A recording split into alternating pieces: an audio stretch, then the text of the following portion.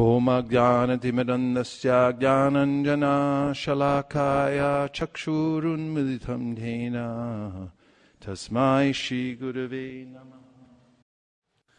Om Namo Bhagavate Vasudevaya. Om Namo Bhagavate Vasudevaya. Om Namo Bhagavate Vasudevaya.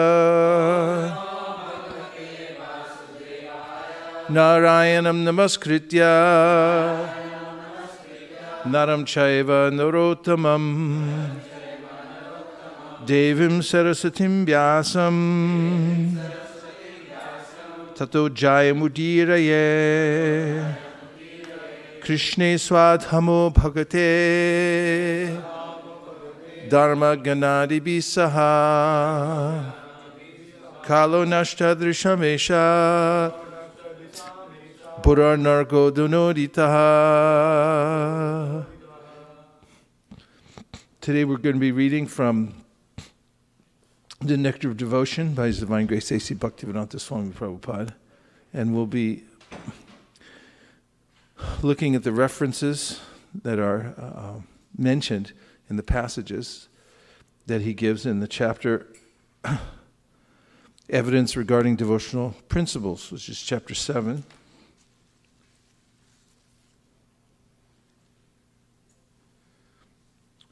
And we also happen to have the Bhakti Rasamrita Sindhu commentaries here. So this book was written, it's translated by Banu Maharaj. In beginning of next year, the BBT will publish this entire Bhakti Rasamrita Sindhu in 2 or 3 volumes, depends what you want. What do you want? 2 big volumes or 3 smaller ones? It's more expensive. So it's the hard decisions to make. In any case, it required a year and a half of intensive editing. It's a massive work, obviously, and everything has to be perfect when it comes out from the BBT. Shrimukunda Dato, I believe, and others. Chirika Saki, welcome back to ISV. Please give a warm welcome to Chirika Saki.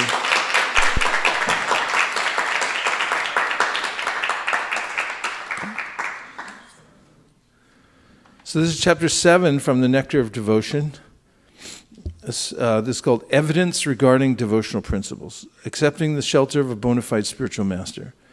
In the 11th canto of Srimad Bhagavatam, I will be needing Bhagavatams also, by the way. In the 11th canto of Srimad Bhagavatam, 3rd chapter, verse 21, Prabhupada tells Maharaj Nimi, "My dear king, please know for certain that in the material world there is no happiness. It is simply a mistake to think that there is happiness here, because this place is full of nothing but miserable conditions. Any person who is seriously desirous of achieving real happiness must seek out a bona fide spiritual master and take shelter of him by initiation. The qualification of a spiritual master is that he must have realized the conclusion of the scriptures by deliberation and arguments, and thus be able to convince others of these conclusions. Such great personalities who have taken shelter of the Supreme Personality of Godhead, leaving aside all material considerations, are to be understood as bona fide spiritual masters. Everyone should try to find such a bona fide spiritual master in order to fulfill his mission of life, which is to transfer himself to the plane of bliss." This is verse number 21 from the 11th canto, 3rd chapter. Liberation from the illusory energy.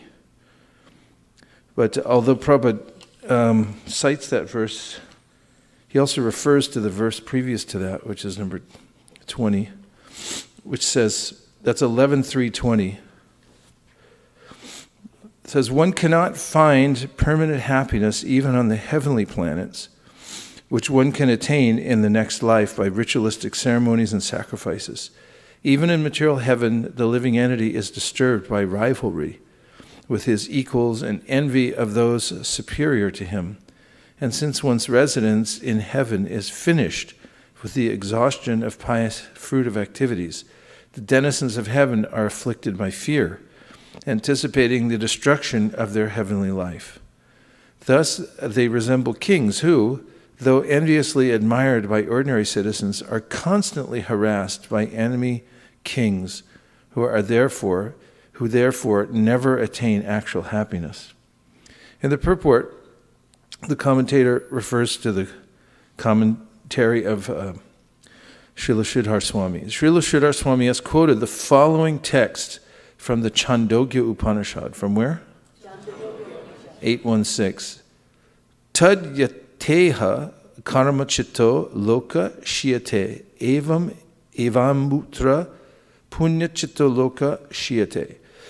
One's present status of material pleasure, the result of one's previous work, will eventually be vanquished by time. Similarly, although by executing pious activities one will be elevated to a higher status in the next life, that future situation will also be vanquished. The basis of material enjoyment is the particular body one has acquired. So we talked about that in the class on Wednesday. It's a field, and that is, the body is a field, and it is received because of one's previous activities. That kshetra comes by karma, our previous work, and it is arranged by maya, the illusory energy. And there's a limitation about how much happiness and distress one can get. Do you notice limitation of happiness and distress? One may think, oh, I want unlimited happiness. But both happiness and distress are allotted according to one's previous work. So in the opening statement of this Nectar of Devotion chapter, one of the important points is to have a clear understanding that there's no happiness in this world. It's actually a mistaken idea, and it's one in which Prahlad Maharaj asked the question in his prayers to Lord Shringdev, Kutra Shisha Shruti Shukam Rigatrishni Rupa. Where is it? Kutra. Can you show me where the happiness is? Because we only actually hear about it, but we never actually attain it. There's never a point in time when one's satisfied or happy. Because, as is pointed out here, the pursuit for happiness, which good karmis, real karmis know, is to try to go to the heavenly planets, not to live in Silicon Valley. And an intelligent person knows that once he or she makes it to that place, the clock's already running, you're going to lose it. Just like when you achieve some elite status here in the material world, for instance, flying on the air with the airlines. They make it harder and harder, by the way, too. It used to be you just fly a certain number of miles and then they'd move you up. But now you got to do miles plus pay money, reach a certain level, and then they put another level on top of it. Nobody even knows what it is. Global services. And so on. And then all you have to do is take 6 months or a year off, and then they drop you back down. They never heard of you before. Not that they give you much service anyway. But the material world's like that. No matter what elite status you attain in this life or the next life, it's already withering by the power of time. So an intelligent person, Krishna says, Adyanta vante konteya na teshu ramate buddha. A person who's intelligent. Intelligent also means that he or she has taken the time to deliberate on this and come to a factual conclusion. There's no happiness here. And also that whatever happiness or distress is allotted to me because of my previous activities is going to come anyway. So Narada Muni says, Tasyaiva heto prayateta kovido nalabhyate tad brahmatam uparyada talabhyate dukkha varanyata sukha kalena sarvatra kabhira ramhasa. He said it's already allotted, therefore don't try for it. Don't try to adjust the material situation too much, except that whatever I've done thus far is going to have its reactions, and so it'll come, happiness and distress. You won't get more, you won't get less. Therefore, he says, try for spiritual emancipation. Try to advance spiritually, because that is something that is separate from the morass of material happiness and distress, about which we can do nothing more in this lifetime.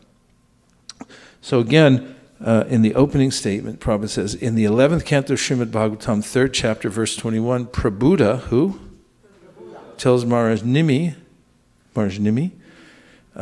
my dear king, please know for certain that in the material world there is no happiness. Anybody who accepts this statement, please raise your hand. You didn't raise your hand?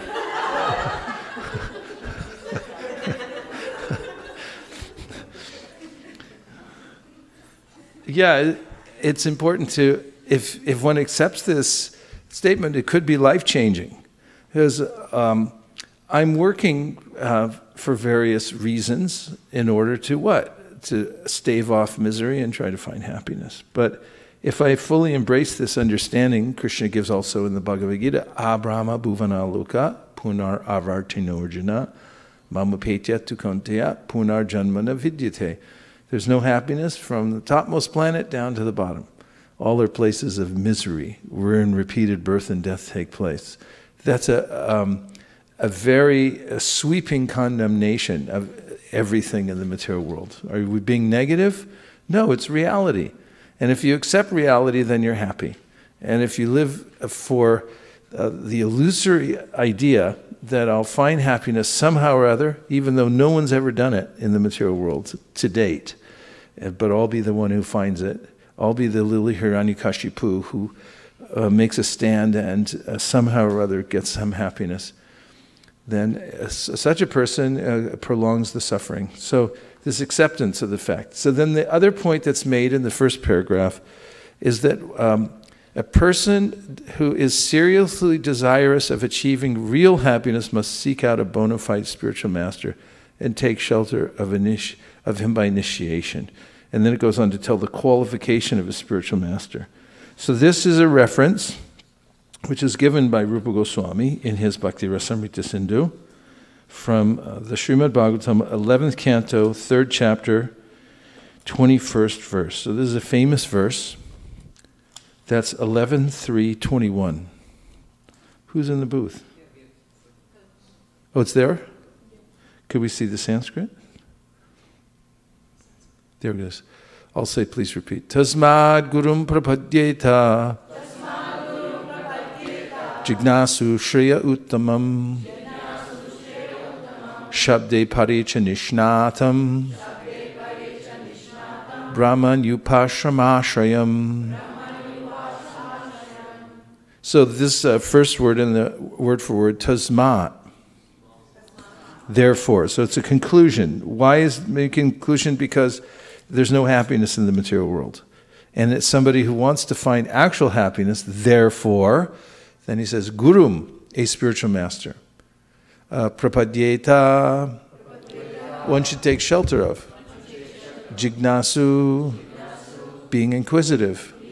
Shreya, Uttamam, about the highest good. Shabde, in the Vedas. Pare, in the Supreme. Cha, and Nishnatam, perfectly knowledgeable. Pramani, in these two aspects of the absolute truth. Upashama Shrayam, fixed in detachment from material affairs. So this verse says, therefore, one should take shelter of a spiritual master, and then says what you do when you find a spiritual master. Go back to the word for word just for a sec. Jignasu, you should be inquisitive and ask. But what should you ask for?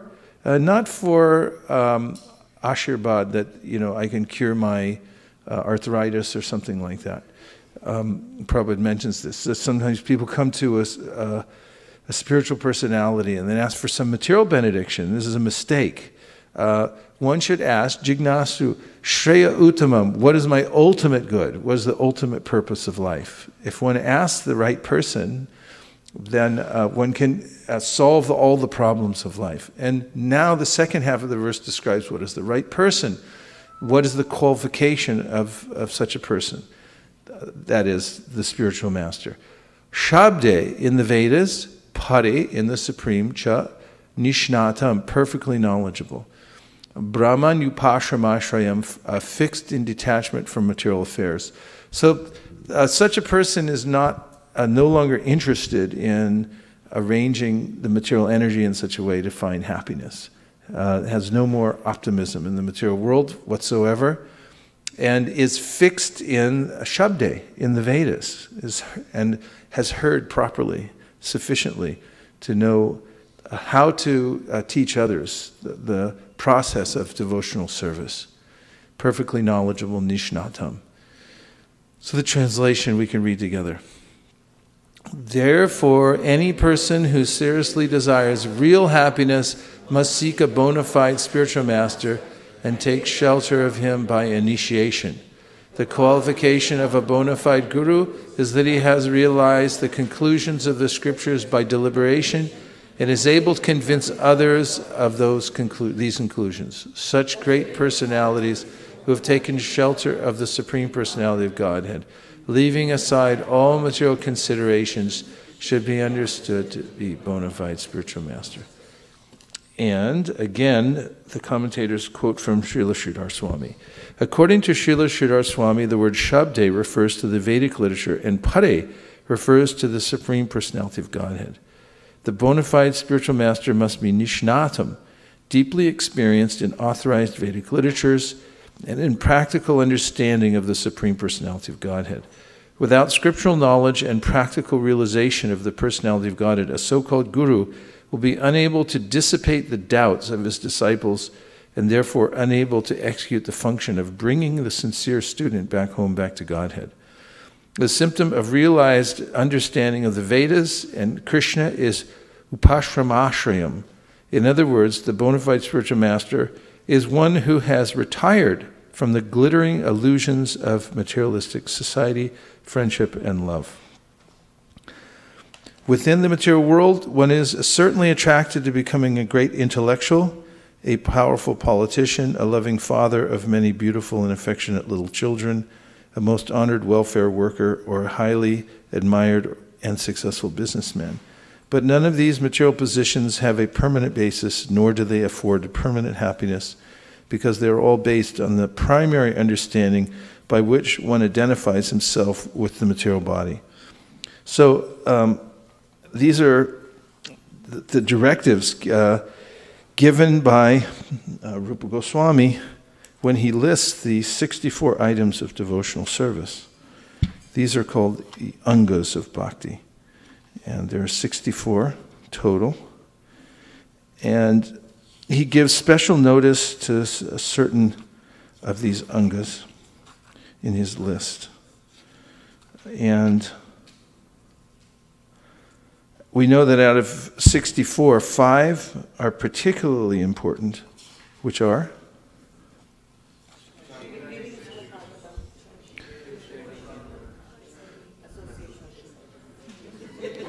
Yeah, exactly.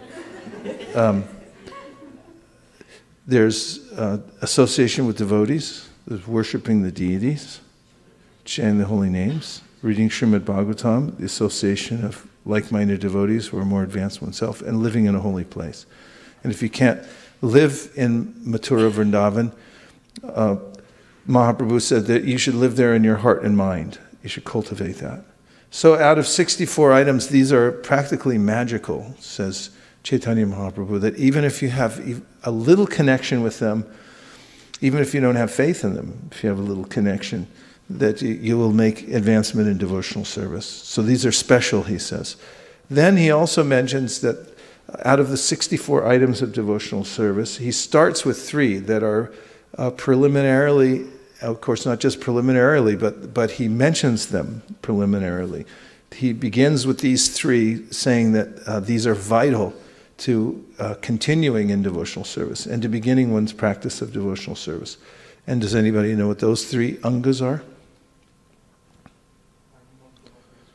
Yeah, he says that one has to approach a bona fide spiritual master, inquire a surrender, and and render service and take initiation. So these three are vitally important, and you'll find this is a major theme of the teachings of Rupa Goswami, which are non-different from the teachings of Sri Chaitanya Mahaprabhu. So this is certainly a very important aspect of devotional service, or as is mentioned here, the most important aspect. So,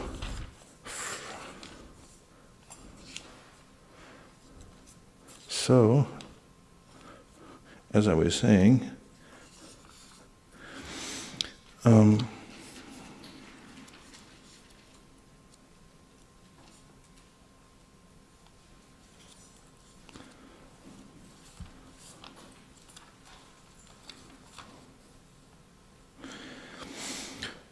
this is from the Bhakti Rasamrita Sindhu. Rupa Goswami says, in the Hari Bhakti Vilasa, innumerable angas of bhakti are mentioned. Among those, the most famous ones will be explained to the best of my judgment. In bhakti, the characteristics of an anga are as follows. The learned define an anga of bhakti as a complex of devotional actions with internal divisions, or only one action of bhakti which does not have clearly defined differences within it. So, for instance, deity worship, it has a lot of different complex other activities within it. And however, it's one anga of bhakti. An example of a complex of actions is archana. Only one action means action without clear internal divisions, such as taking shelter of the Guru's feet or standing when a deity procession comes. Atra in this verse stands for in bhakti. Then he goes on, text 1-274. The list of angas is as follows. Taking shelter of Guru, then after initiation, acquiring knowledge. Service to Guru with respect, following the rules according to the scriptures as approved by the acharyas. Inquiry about the real duties of life, renunciation of enjoyment to gain Krishna's mercy, residing in Dwarka or other holy places or near the Ganga. So he goes on to list the various angas in a long list. You can see here.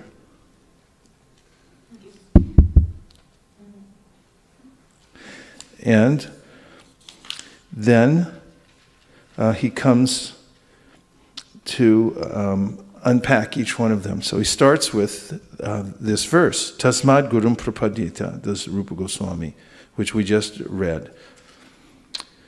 And Vishwanath Chakravarti Thakur comments, Shabde means in the devotional scriptures, Pare Brahmani means hearing and chanting about the Lord, and Nishnata means thoroughly conversant.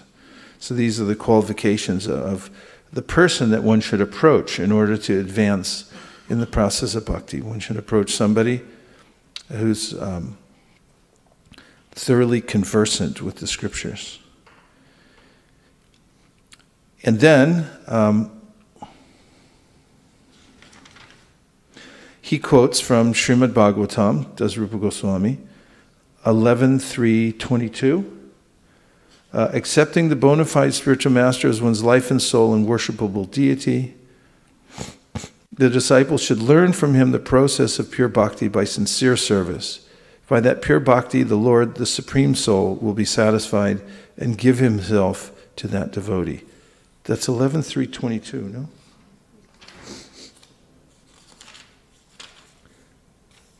Yeah, the translation here is, accepting the bona fide spiritual master as one's life and soul and worshipable deity. Translation is the same.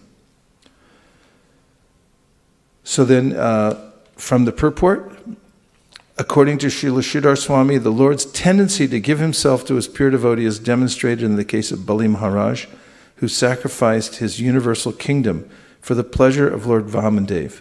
Lord Vamana was so pleased by the selfless surrender of Bali Maharaj that the Lord became the doorman in the palace of Bali, who is reinstated as a great leader in the universe. Srila Jiva Goswami comments that the spiritual master is to be considered the Atma, or the very life of the disciple, since real life begins when one is initiated by the bona fide spiritual master. Although one may experience many seemingly wonderful or important events in a dream, one's real life begins when he wakes up. Similarly, since the spiritual master gives birth to the disciple by awakening him to spiritual life, a bona fide disciple understands that his spiritual master is the very basis of his life. According to Srila Jiva Goswami, the Supreme Personality of Godhead is the reservoir of all pleasure, and thus the Lord's giving himself to a pure devotee indicates that such a devotee becomes immersed in the highest possible ecstasy. In this connection, there is the following Shruti mantra: Anantad Dhimani Bhutani Jayante. Indeed, it is from the all-blissful Supreme that all these creatures have come into being. Srila Vishwanath Chakravarti Thakur has further pointed out that when the Lord bestows his own self upon a pure devotee, such a fortunate devotee can actually see the Lord, touch him, and directly engage in his service. According to Srila Bhaktisiddhanta Saraswati Thakur, are you appreciating that we're hearing from these various acharyas throughout the commentary? According to Srila Bhaktisiddhanta Saraswati Thakur, one should never consider one's spiritual master to be mundane or on the equal level with oneself.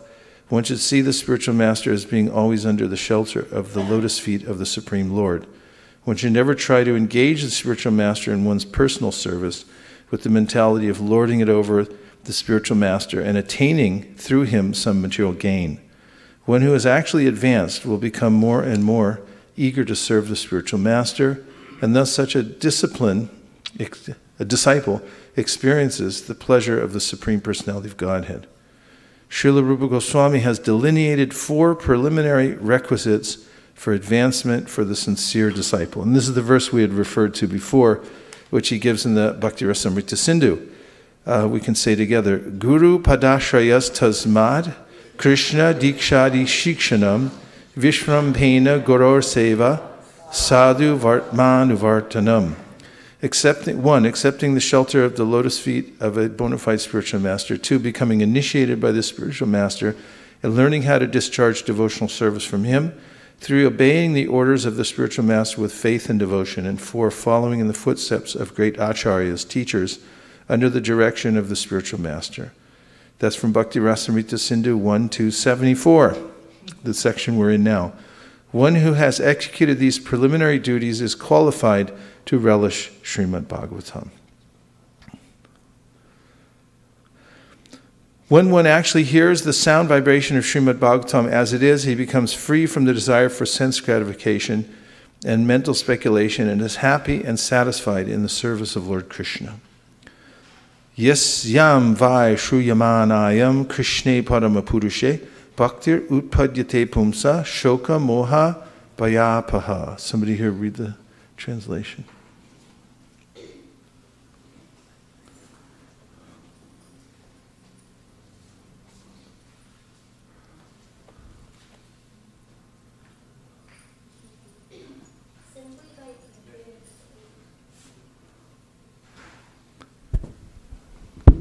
Simply by giving oral reception to Srimad Bhagavatam, the feeling for loving devotional service to Lord Krishna, the Supreme Personality of Godhead, sprouts up at once to extinguish the fire of lamentation, illusion, and fearfulness. Keep going. One should hear Srimad Bhagavatam from a bona fide spiritual master who can expertly engage the propensity for loving Krishna that arises from hearing the transcendental sound of the Bhagavatam. Such a transcendental authorized engagement is called Bhagavat Dharma. Within the International Society for Krishna Consciousness, there are many thousands of authorized engagements pertaining to the Society's missionary activities, and by hearing the Srimad Bhagavatam and performing such engagements, the Society's members feel relief from shoka, lamentation, moha, illusion, and bhaya, fear. According to Srila Bhaktisiddhanta Saraswati Thakur, those who have achieved a mature understanding of the transcendental sound vibration of Srimad Bhagavatam may adopt the order of Tridandi Sannyas, as described in the Hamsa Gita, the 13th chapter of this canto. A so-called Vaishnava who whimsically neglects the strict control of the body, mind, and speech cannot actually achieve shelter at the lotus feet of a bona fide spiritual master. Even if such a whimsical sense enjoyer makes a show of assuming the dress and danda of a Vaishnava sannyasi, he will not attain the desired result, love of Krishna. A bona fide Vaishnava should work earnestly to free himself from any tinge of sense gratification and mental speculation, and with a loving heart he should carry out the orders of his bona fide spiritual master. By always remembering the exalted position of the bona fide spiritual master, the disciple will achieve shelter at the lotus feet of Krishna. So, again, the first paragraph Prabhupada gives for evidence regarding devotional principles. This is chapter 7. In the 11th canto of Srimad Bhagavatam, 3rd chapter, verse 21, Prabhupada tells Maharaj Nimi. What does he tell him? There's no happiness in the material world at all. Right? So, if one has that conviction, there's no happiness in the material world at all, one's lifestyle may be slightly adjusted. True or false? Correct.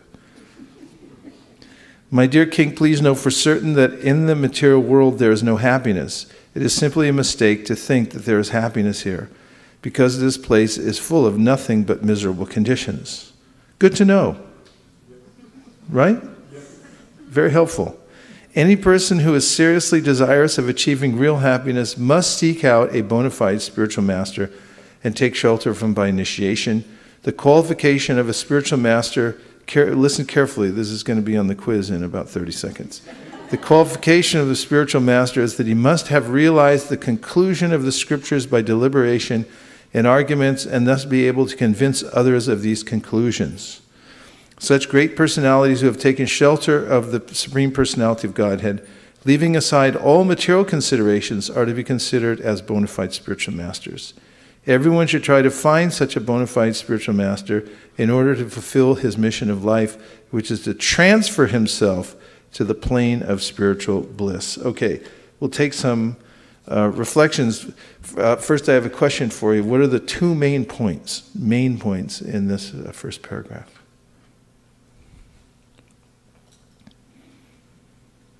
Yes.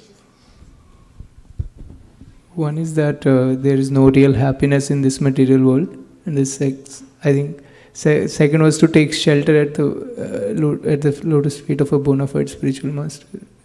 Yes, very good. And now what are some of the details or subsequent points of these 2 points? Yes. So it describes the quality of the spiritual master, and one of them it says is one who have understood the conclusions of the scriptures. Yes.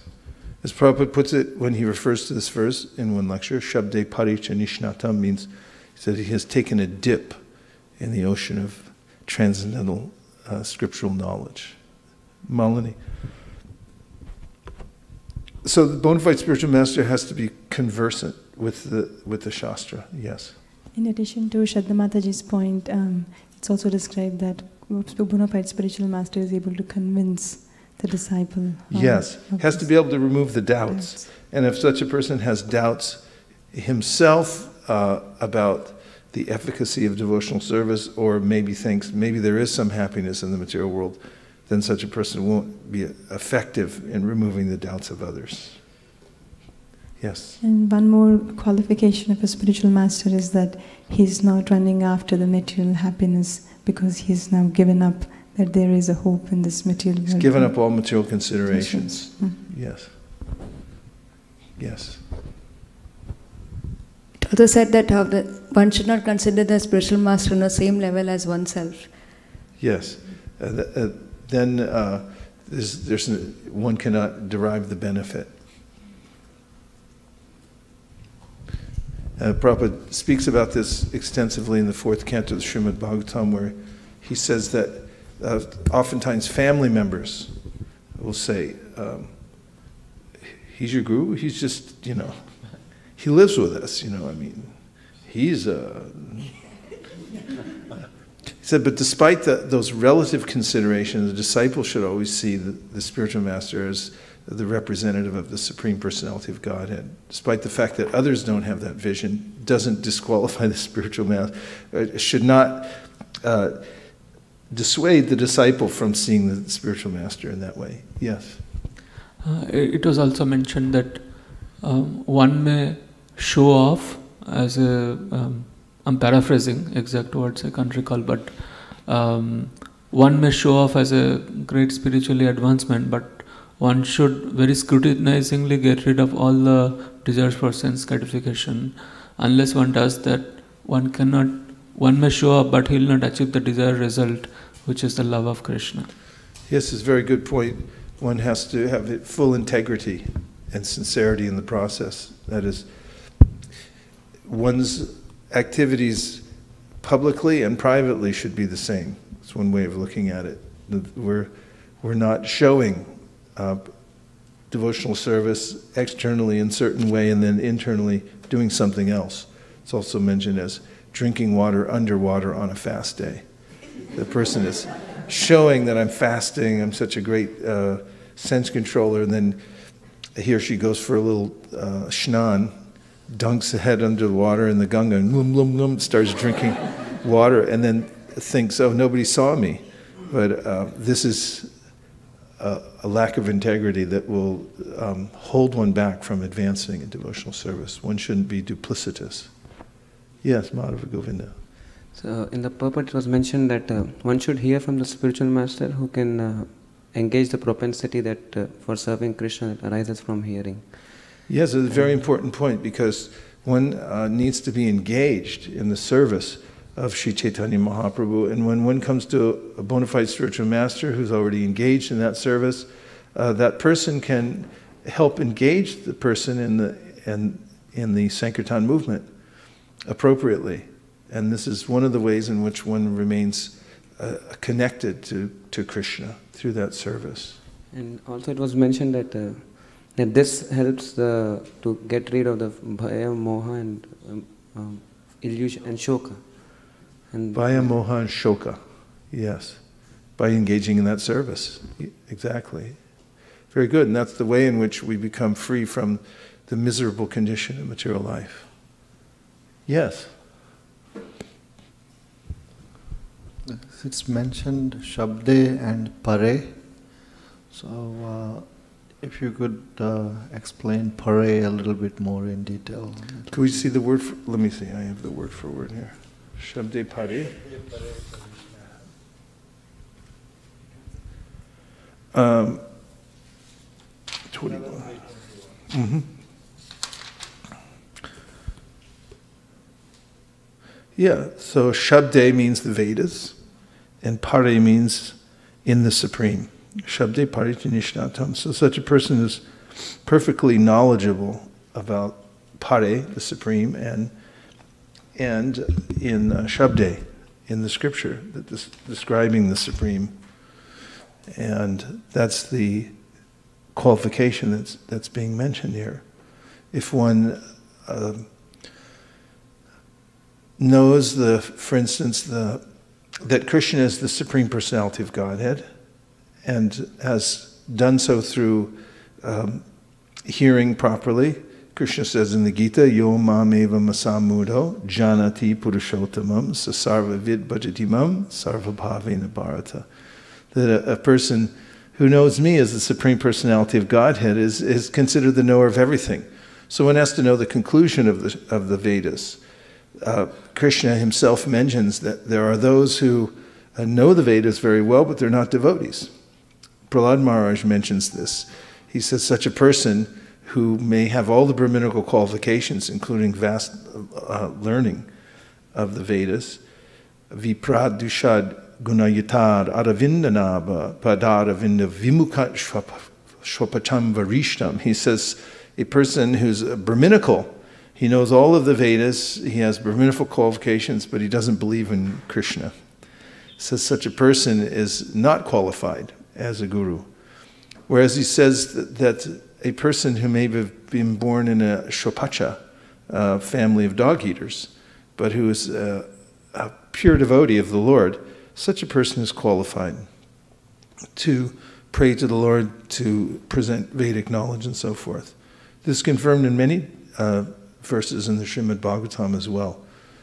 So Shabde Pare, one has to have completed the study of the Shastra. Prabhupada even mentions that he, in one of his letters, that he wanted the devotees to take the Bhakti Shastri. And after completing it, they would achieve the title of Bhaktivedanta. and then they could start initiating disciples. That he wrote as early as, I can't remember, 1968 or 9 or something like that.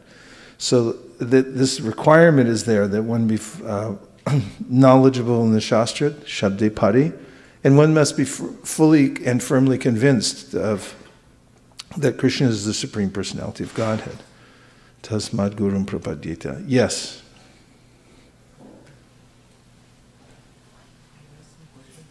Question? I think one of the purport is very nicely mentioned that Atma or disciples should consider spiritual master as one's life and soul.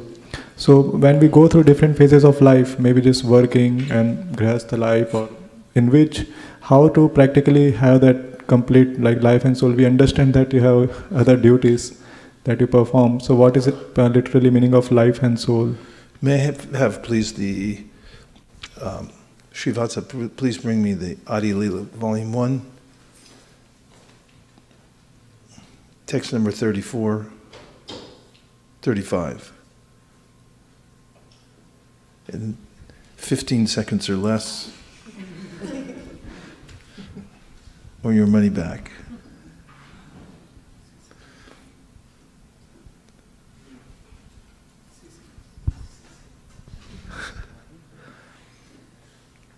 Thirteen, 12, 11, 10, 9. Thank you very much. He just walked in, I took advantage. So Prabhupada writes that one should always remember that a person who is reluctant to accept a spiritual master and be initiated is sure to be baffled in his endeavor to go back to Godhead. One who is not properly initiated may present himself as a great devotee, but in fact he is sure to encounter many stumbling blocks on his path of progress towards spiritual realization, with the result that he must continue his term of material existence without relief. Such a helpless person is compared to a ship without a rudder, for such a ship can never reach its destination. It is imperative, therefore, that one accept a spiritual master if he at all desires to gain the favor of the Lord. The service of the spiritual master is essential. If there is no chance to serve the spiritual master directly, a devotee should serve him by remembering his instructions. There is no difference between the spiritual master's instructions and the spiritual master himself. In his absence, therefore, his words of direction should be the pride of the disciple. There's more about that, but in that context, Prabhupada himself was busy with family and business and felt that he didn't have much access to his spiritual master during his grihastha years. And he always deferred to this instruction, or referred to it, that one should be attached to the instructions of the Supreme Personality of Godhead as one's life and soul. Prabhupada maintained that throughout his life. He didn't have extensive association, however it was very intimate and loving when it was there, but he took very seriously the directed but very few instructions that he did get from his guru. One of them was when he first met him, and during that meeting, when Prabhupada was a young man just starting household life, his guru told him, you should preach this to the Westerners. And he said later on, when he was 70 years old and just sailing off to the West, that I waited so long to do this. But that instruction was incubating in his heart that whole time. And he was doing everything he possibly could during that time to put himself in a position to execute the order. One may not be able to execute the order right away, Prabhupada says. In such a case, one should ask this question. He should say again and again, how can I do? How can I do? How can I do? And also, one should live a life in preparation. If you can't fully execute the order right now due to various obstacles, then you should be preparing yourself so that you can execute the order fully. Practically speaking, it's the same thing. If you're connecting to the order in your heart and preparing yourself externally in any way that you can to get to the point of fully executing it, it's the same as executing it. You have a follow-up? No, I think it's satisfied completely. So the next one was the last word of the 11.3.21. It says upasham ashram.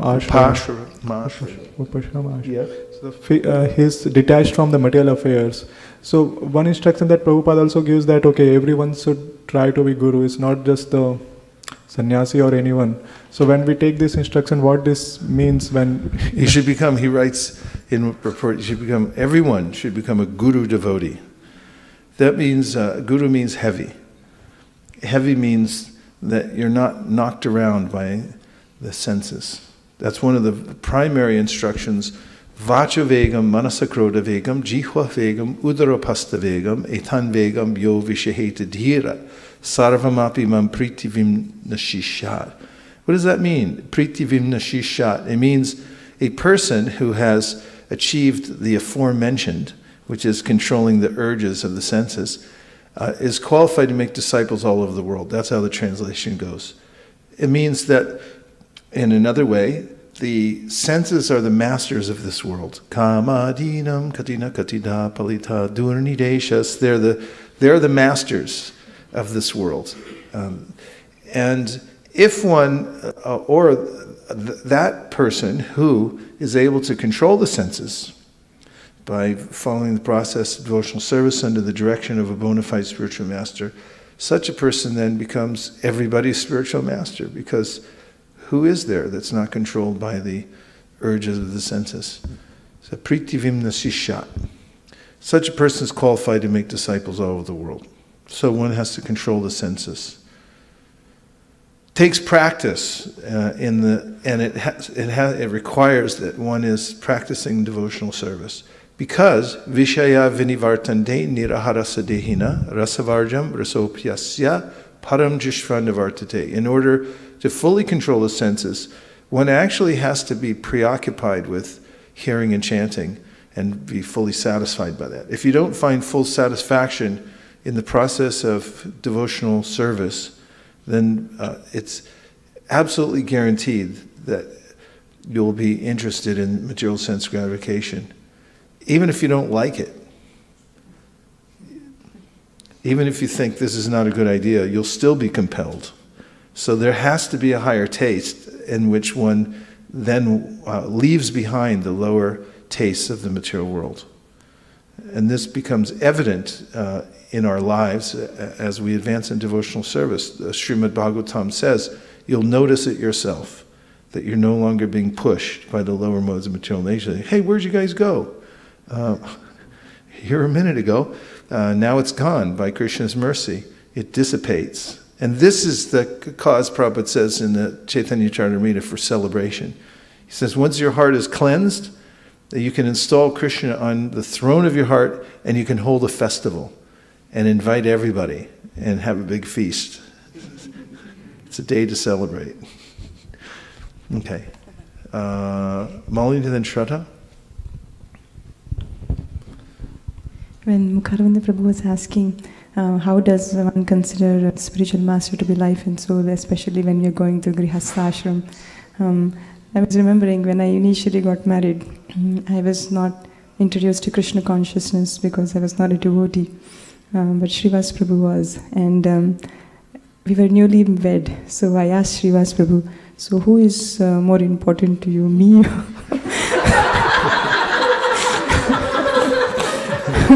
or your spiritual master? And then he answered, my spiritual master. I was broken-hearted, but and then I just came to America and I was very attached to staying here. Then I asked him, I think we should make plans to stay here. And then Srivas Prabhu said, if my Guru Maharaj asks me to go back to India, I am leaving tomorrow.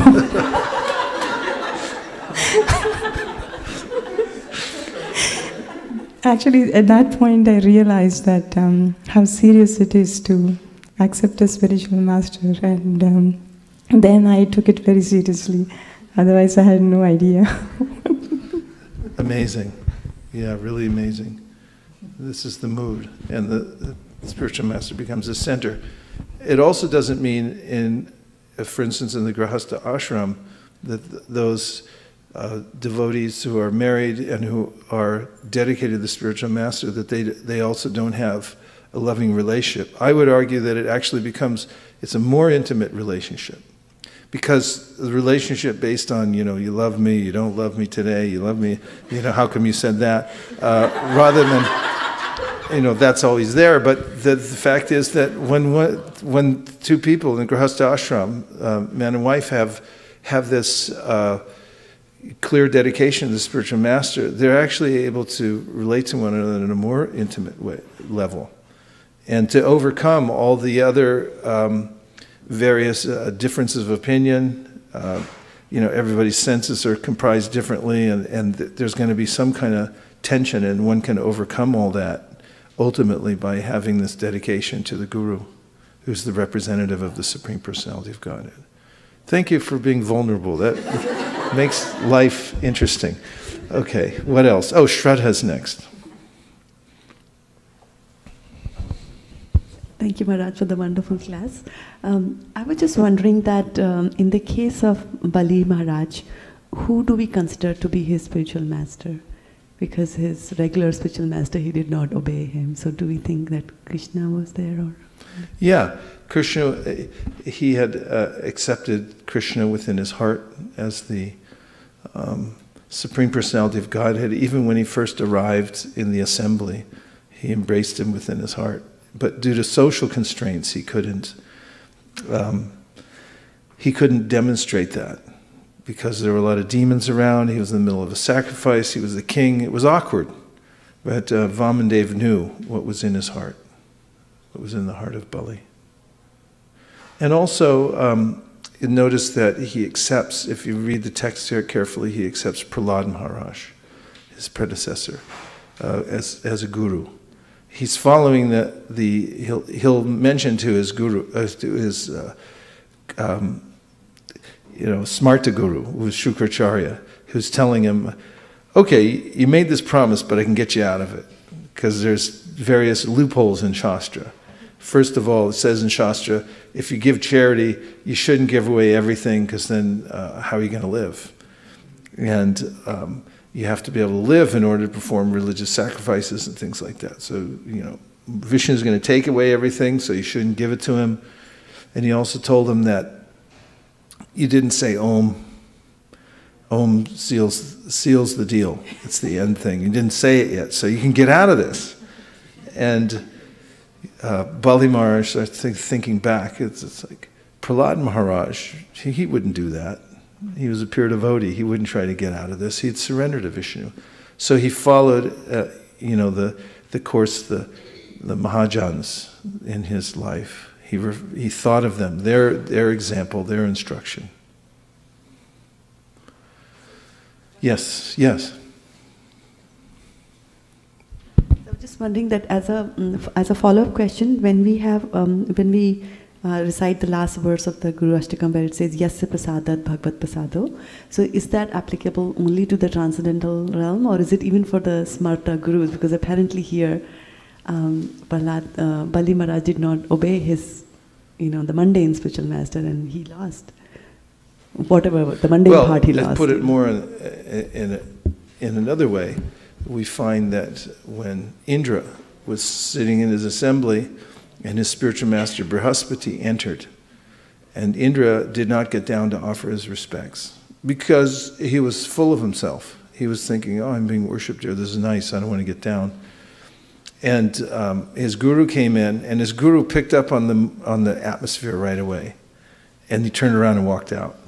And then Indra said, uh-oh, I blew it. And he got down, and he went to search for his guru, and his guru was gone. And then that's when the demigods started losing their power. In the meantime, the demons were worshipping Shukracharya. And it's mentioned there that because of the guru principle, because they kept their mood of worship going, they gained the upper hand.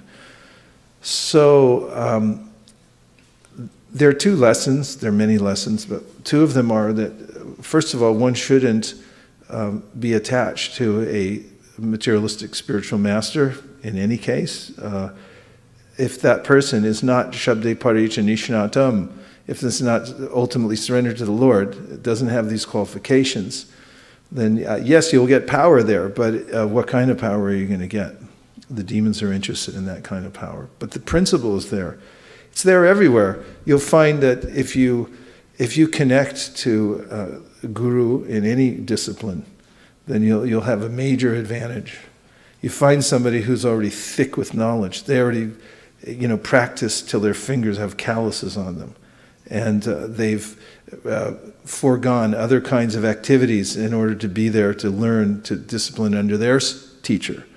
When you sit with them, you'll be able to take in so much wisdom as if you were doing an airdrop from a iPhone. That it just goes in. It's so powerful. And you'll notice that such a person is not different. Is different who accepts in any discipline such a learned person and is following them carefully, inquiring submissively, following their instruction. They advance very quickly and they become noticeable. Spiritual life, one should accept somebody who's fully surrendered to the Supreme Personality of Godhead. And that's the system Krishna gives in the Bhagavad Gita. Tadviti pranipatena priprashnena sevaya upadakshanti te jnanam jnaninas tattvadarshina. Meaning, give the mic to our, this is our pundit pit over here. Just give a basic meaning of that verse. Tadviti pranipatena. Any thoughts you have about it? What's it about? In general, what's it about? It's about like Call a you friend. should surrender and serve a guru, a bona fide spiritual master, to to go back to Godhead to achieve Krishna Prem. So what is the you said spiritual master, but in this verse, what is that person called? What is Krishna calling that person? Jnani, I think. Tattva Darshina. What does that mean? What's tattva mean? Tattva means a being. The truth. Truth. And Darshina means? See. Yes. So he says you should approach somebody who's seen the truth. So, and then he says 3 ways that you should approach such a person. Advait? Tadvidi pranipatena priprashnena sevaya. Okay, she's back in. You can offer service to... Pranipat, yes, sevaya. You should offer service. What are the other 2? You should bow down. Pranipat. It means bowing down, but it means in general there's a mood of submission. Pranipat. And 3rd one. So listen to the verse. Listen carefully. You know these things. You just have to think in the moment. Tadvidi pranipatina priprashnena sevaya. Priprashnena. Okay, you qualify, even though you're 6'8".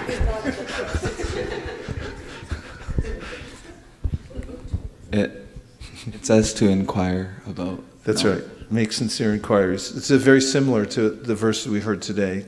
Tasmad gurum prapadyeto jignasu shreya uttamam. You should ask, what's the ultimate goal of life?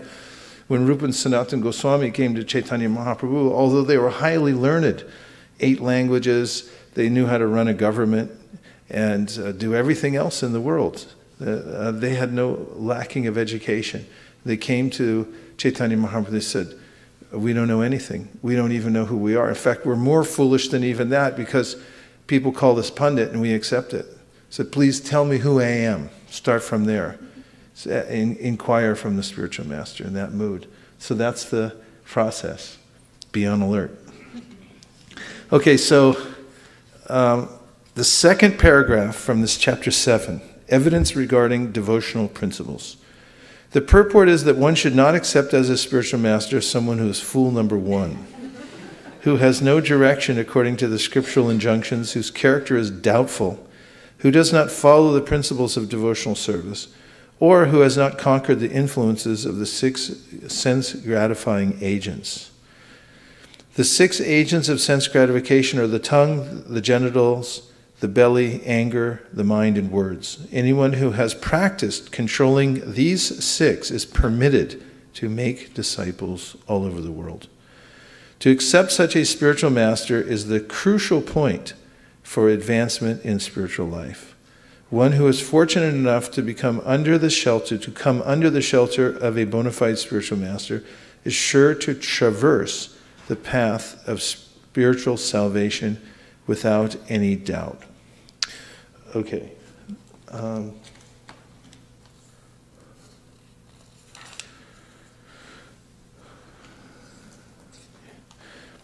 Next paragraph. Accepting initiation from the spiritual master and receiving instructions from him. Sage Prabhuta continued to speak to the king as follows.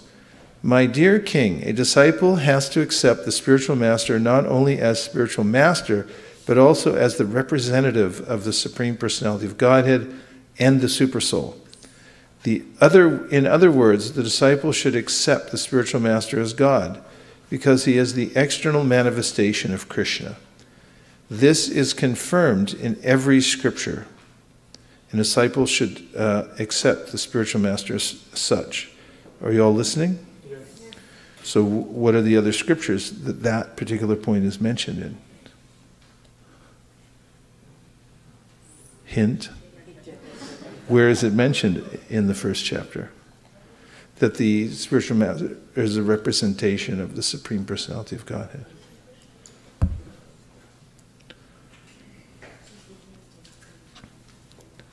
Yes?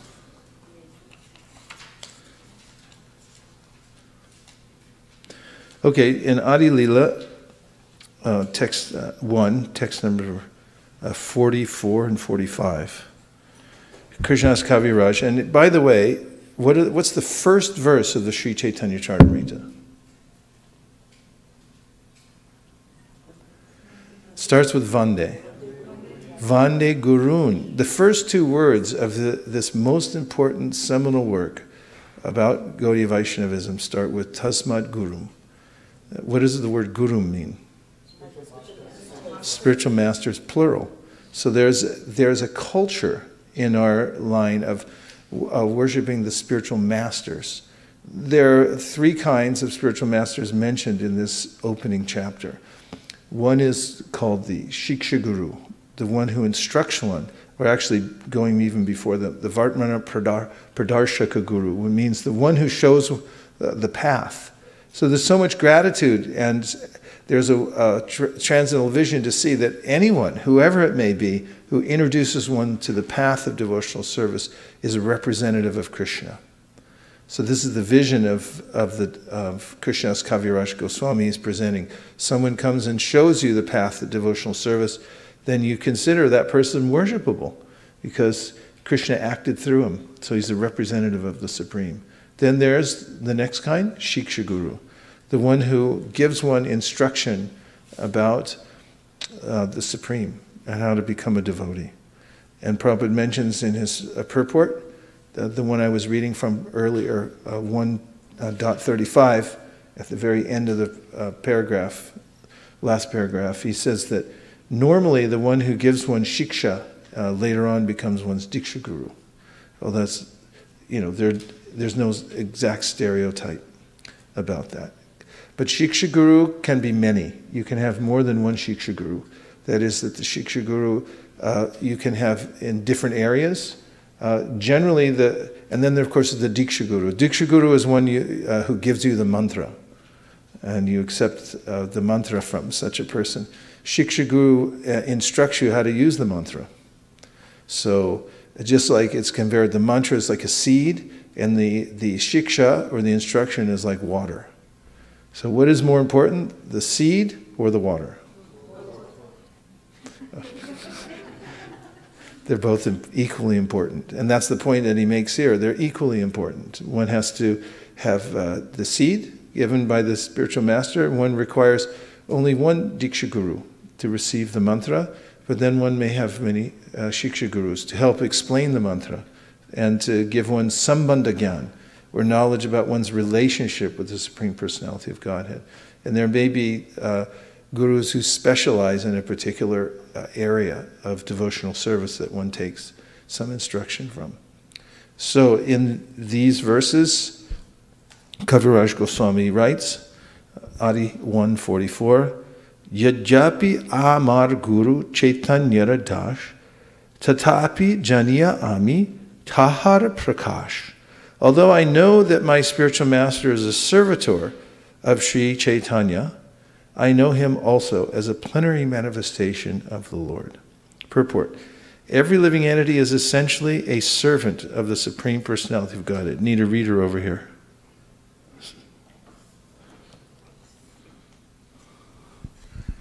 Every living entity is essentially a servant of the Supreme Personality of Godhead, and the spiritual master is also his servant. Still, the spiritual master is a direct manifestation of the Lord. With this conviction, a disciple can advance in Krishna consciousness. The spiritual master is non-different from Krishna because he is a manifestation of Krishna. Lord Nityananda, who is Balaram himself, the first direct manifestation or expansion of Krishna, is the original spiritual master. He helps Lord Krishna in his pastimes, and he is a servant of the Lord. Every living entity is eternally a servant of Sri Krishna Chaitanya. Therefore, the spiritual master cannot be other than a servant of Lord Chaitanya. The spiritual master's eternal occupation is to expand the service of the Lord by training disciples in a service attitude. A spiritual master never poses as the Supreme Lord himself. He is considered a representative of the Lord. The revealed scriptures prohibit one's pretending to be God, but a bona fide spiritual master is the most faithful and confidential servant of the Lord, and therefore deserves as much respect as Krishna. And in the next verse, Guru Krishna Rupa Hana Shastrar Pramani Guru Rupe Krishna Kripa Karina Bhaktagani. According to the deliberate opinion of all revealed scriptures, the spiritual master is non-different from Krishna.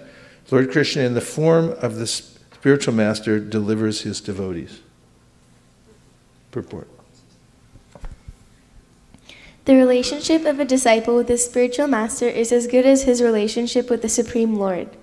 A spiritual master always represents himself as the humblest servitor of the personality of Godhead, but the disciple must look upon him as the manifested representation of Godhead. So say now, take please 2 minutes, turn to the person next to you, and share whatever reflection you have, and then when I come back, we'll take the reflection you heard from the person next to you. Are you ready? Yes. Reflect. Get a partner.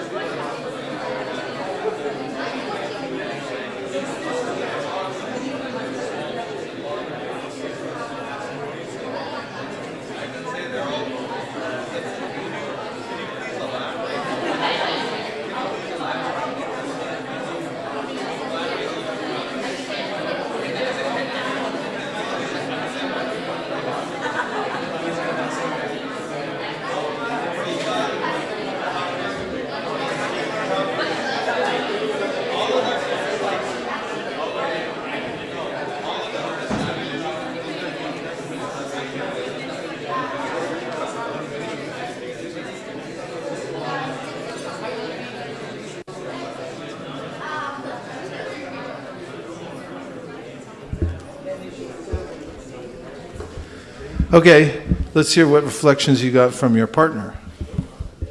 Okay.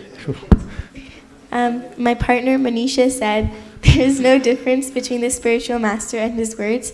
So in case the spiritual master is not there, you could keep his instructions in your heart. Keep the instructions, yes. And that you were referring, you want to follow up on that? Oh, you're giving, yeah. Okay, good. Okay, so Avantika shared her realization that the relationship of a disciple with his spiritual master is as good as the relationship with the Supreme Personality of Godhead. And it shows how you have to have a good relationship with your spiritual master in order to have a good relationship with the Supreme Lord. Yes. What's a verse that confirms that we sing every day? Starts with a Y. Yes, yes. Yasya prasada bhagava prasada Yasya prasada nakati kutopi Jayam stuvam stasya yasastri sanyam Vande Guru Shri Charana Srimad Guru Rashtakame Taruchar Brahme Mahurte Pratita Prayatnat Yastena Vrindavana Nata Sakshat Tasyaiva Eva Janachunta Eva. If one sings these 8 prayers loudly every morning during Brahma Muhurta, then he goes back home, back to Godhead. Just thought I'd mention that as an aside, because there was a young kid who heard this, and then he came to the Gaudiya Math, where Srila Bhaktisiddhanta was staying in Calcutta, and all these sannyasis, brahmacharis in the mutt, they saw this little kid come in. He had come from a long distance from his village because he heard this verse, and he wanted to find a place where they sang it every day, because he said, then I want to go back to Godhead. So he was very eager to come to the Mangalartik. And then afterwards, the mutt basi said, you got to go home, you can't stay here. And when Srila Bhaktisiddhanta found out about him, he bought him a bicycle, so he could come to the Mangalartik every day and sing the song. Very good. Nice realizations and backups. Who else? Yes. It's easier to share somebody else's. She needs a mic, though.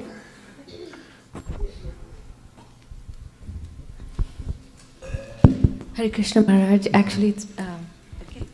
So, Priti Radhika Mataji mentioned that she actually narrated one of the pastime of Prabhupada based on this purport.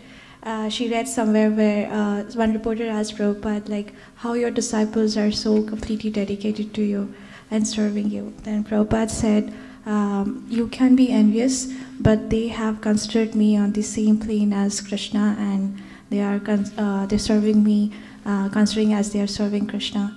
And I also like the point here how Prabhupada has mentioned in the purport that the spiritual master is a manifestation of Krishna's energy, and how Balram Nityanand Prabhu is also considered as a spiritual master, and the words of spiritual master are non-different from the words of Krishna. So. Yes, and also in that pastime with Krishna, the gain somehow is too high.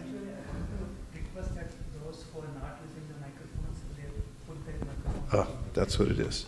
So Prabhupada also mentioned when someone asked why they're treating you in such a superlative way, that it's my duty to train them, because the spiritual master is the localized representative of the Supreme Personality of Godhead. Uddhava gives this special prayer to Krishna near the end of the 11th canto, after Krishna's given him so many instructions. And he said that it would take, even if I had a lifetime of Brahma, I would not be able to express my gratitude sufficiently, because, he said to Krishna, you come as the Guru, you appear internally as the Chaitya Guru, and also externally you come as the Acharya, in order to show me by example and by instruction. Naivo payantya pachitim kavayasthavesha brahma yushapi kritam ridamudam smaranta yontar bahistanu pratam ashubhan vadunvan acharya chaitya vapusha swagatim vyanakti. Swagatim vyanakti means your own path. You show your own path. How? by internally instructing me, and externally you come as a guru. Someone may say, I just want to see Krishna directly. Just like if you go to those observatories where they have the big telescope, and the big end is huge because it has to see a long ways. Well, it's not that it sees, but it's an instrument by which one can see a long way. So the lenses are gigantic. Have you seen these? And then there's a small end that fits your eye.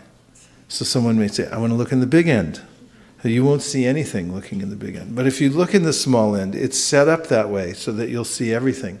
So the guru may appear locally, like, that guy? I know him. He's a jerk. That's like, this is a misunderstanding. The guru, as a representative of the Supreme Personality of Godhead, this Guru Tattva has to be understood properly in order to please Krishna. He says so himself in many, many places. And this is the instruction of the Shastra given by Rupa Goswami.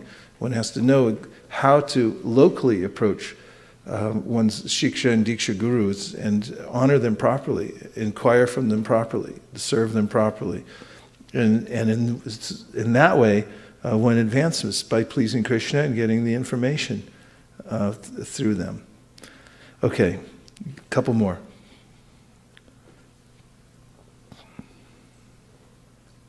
So I was talking with her when we were sharing our realizations or reflections. So she asked a question and I answered, but I'm not sure. So she asked that when we say that accepting a bona fide spiritual master, does it apply to the Shiksha Guru or the Diksha Guru? And I just said both, but I wanted to confirm with you. Yeah.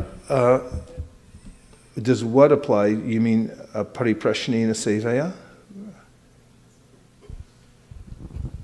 Wednesday class also we were reading accepting spiritual master, and today also accepting spiritual master. So when in the context of these purports, what does Prabhupada want to mention? Is it both or?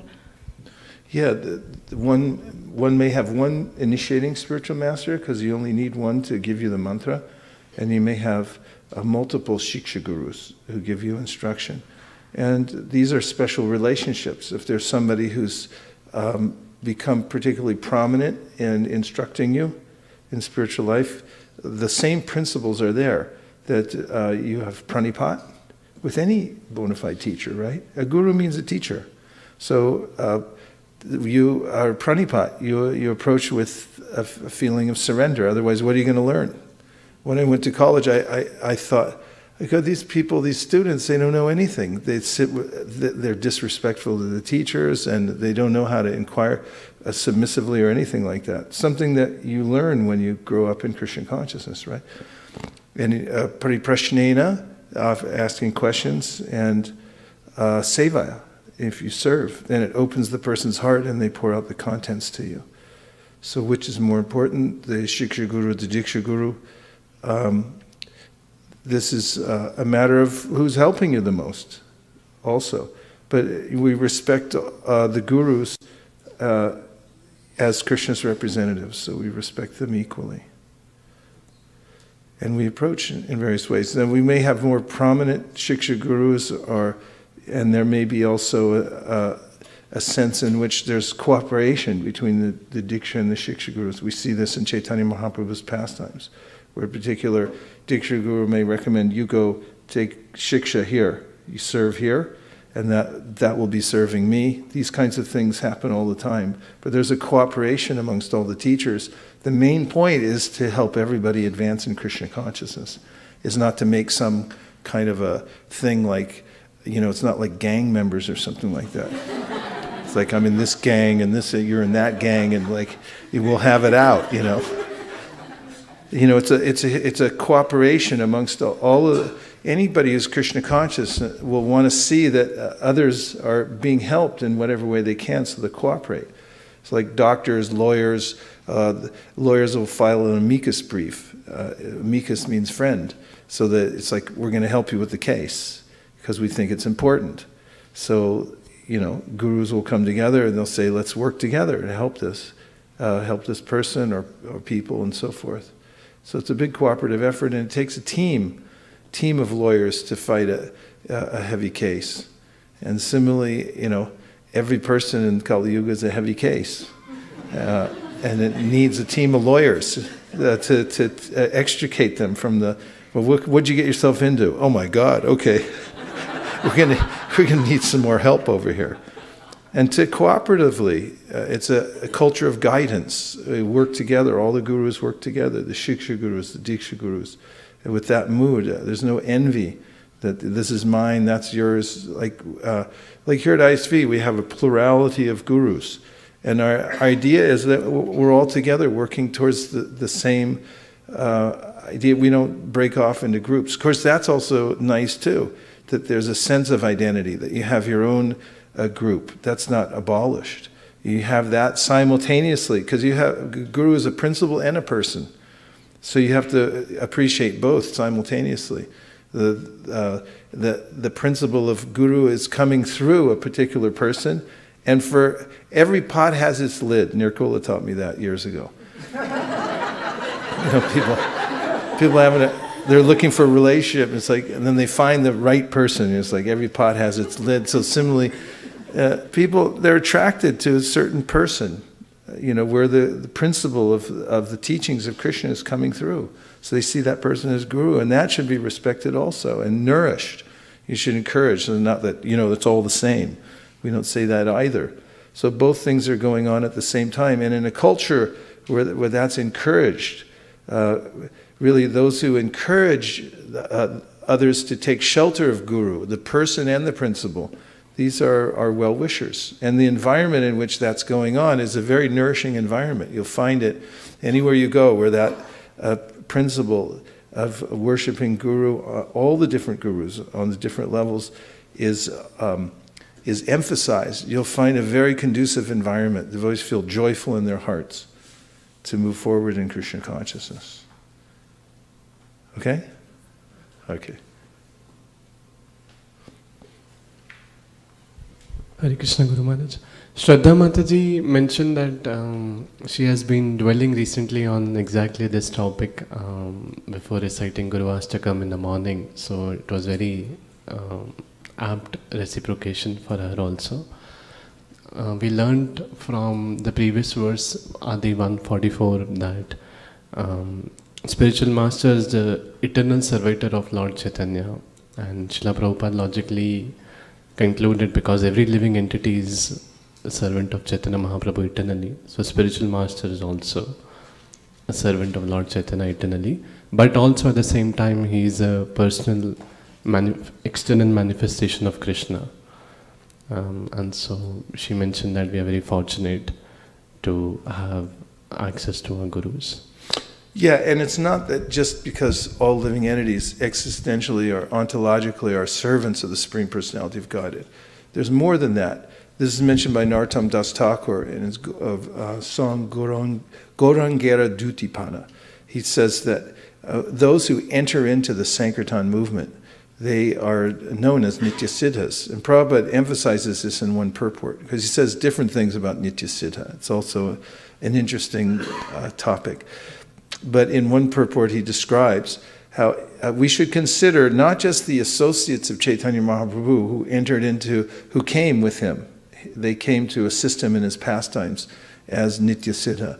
He said, but anybody, even, and he says, Narottam Das Thakur is saying this, that anybody who's entered within the Sankirtan movement as their life and soul, that's what they're doing in life, that's their occupation, that these people are also Nityasiddhas. He says anyone who sees like that will become liberated. So, we see people who their full absorption in life is the Shastra and spreading the Sankirtan movement. And Prabhupada mentions this in his purport to verse 5 of the Upadeshamrita. This important verse, Krishneti yasya giritam manasadriyeta. This verse is describing the different levels of devotees. So in his purport, Prabhupada describes how there are various levels of devotees, the Kanishna, Madhyaman, Uttam. So he says that in the context of the Sankirtan movement, one who enters in very steadily follows the rules and regulations, chanting Hare Krishna over time, emerges as like a leader of the Sankirtan movement. And then he says one of the qualification he gives as an Uttama Adhikari in that context is that the person knows the Shastra, is teaching it to everybody else, and is thinking about how to spread the Sankirtan movement 24 hours a day. So this is an indicator also of in this context of the song Gaurangera Dutipada. One who enters deeply within the Sankirtan movement is full of knowledge and becomes also a liberated representative of Krishna by dint of being seriously connected to Lord Chaitanya's movement properly. Yes? Hare Krishna, Guru Maharaj. Welcome back from a long Europe trip. Thank you very much. It was almost getting bone dry here without you. I don't think so. We noticed who was here. Please go ahead. Yeah, so I just want to thank Antariksha Prabhu for sharing like a couple of reflections. The first one was, where we talked about happiness, and it says if you want to really pursue real happiness, then you need to have a spiritual master. So that was something that he reinforced. The second important thing that I liked is he talked about the qualifications of a spiritual master. What should be the qualifications? Like, he should be well versed in the scripture, he should be a humble servitor. And then he said, what should not be the qualifications of a spiritual master? Like, you should not be following all the devotional services and etc., etc., right? So if you see a person like that, then he's not qualified to be a spiritual master. Who's not following. Yes. Yes. His character is doubtful. Yes. Things like that. Yeah. So thank you. Yes, thank you very much. Prabhupada mentions in the context of Haridas Thakur, Advaitacharya glorifies Haridas, saying that some people teach, but they don't practice. Some people practice, but they don't teach. He says you teach and you practice. And in his purport, Prabhupada says that if a person is both teaching and practicing, then that person is qualified to become a guru. Yes? Hare Krishna Maharaj. In the purport it says, with this conviction a disciple can advance in Krishna consciousness.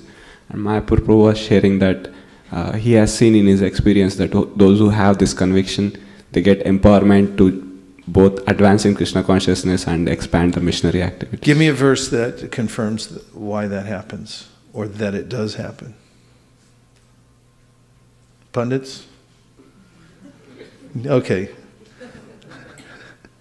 Just servant of this first one. So, I'm just representing them. Vaisesika is from Bhagavad Gita. Yes. Is that the verse you're referring? 2.41. Okay, go ahead. Let's see you support it. Go ahead. Okay. Vaisesika buddhi ekeha kurunandana bahusakayanantasya buddhyo avyavasayinam. And another verse is... No, explain it. Okay. I'm interested to hear. What I'm saying is, what I understood your point was that you had said that if one is following the bona fide spiritual master, then one becomes more and more qualified. Empowered. Qualified, empowered. From following the spiritual master, one becomes more empowered. That's what I'm looking for. I know where you're going with this, because you're going for... But you said it, back it up. I think it's a good point. Go ahead. So in this verse that it says that Vaisesika, so some I think Mukundatta Prabhu was mentioning Vaisesika is business. Because I am from business background, I know that Vaisesika they have fixed mind, that one thing, that business, how to, like 24 hours they are thinking how to propagate business, and so they are fixed mind, one-minded. Similarly, when we are service of a spiritual master with one fixed mind, that's that verse talk that Vaisesika buddhi ekeha kurunandana bahusaka. And if we become diverted in many branches, then we can never advance in Krishna consciousness. Yeah, okay, that's nice. This is like the Vaishya becomes empowered. We've noticed that if you go to Louis Bazaar and walk by Ganga Prasad, you go in there, I just want one gamsha. And it's just one gamsha, that's it. And then you buy your gamsha, you give them, whatever it is now, 1 million rupees for one gamsha.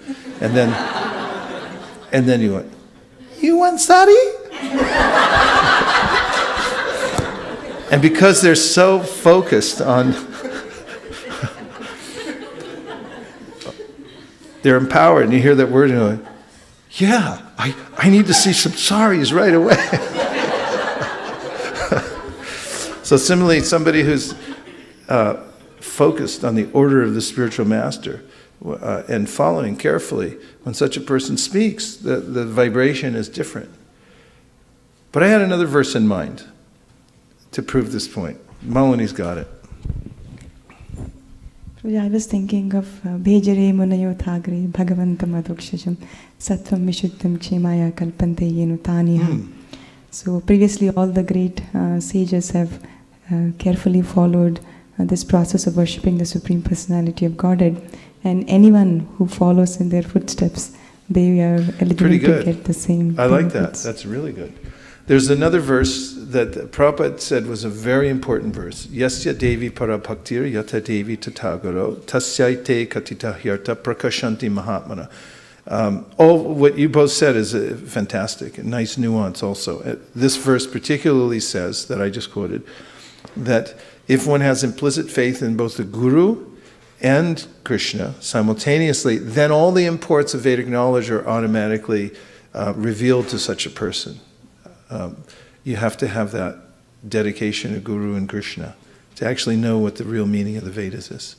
And isn't it nice when you share with others, then more kinds of reflections come out?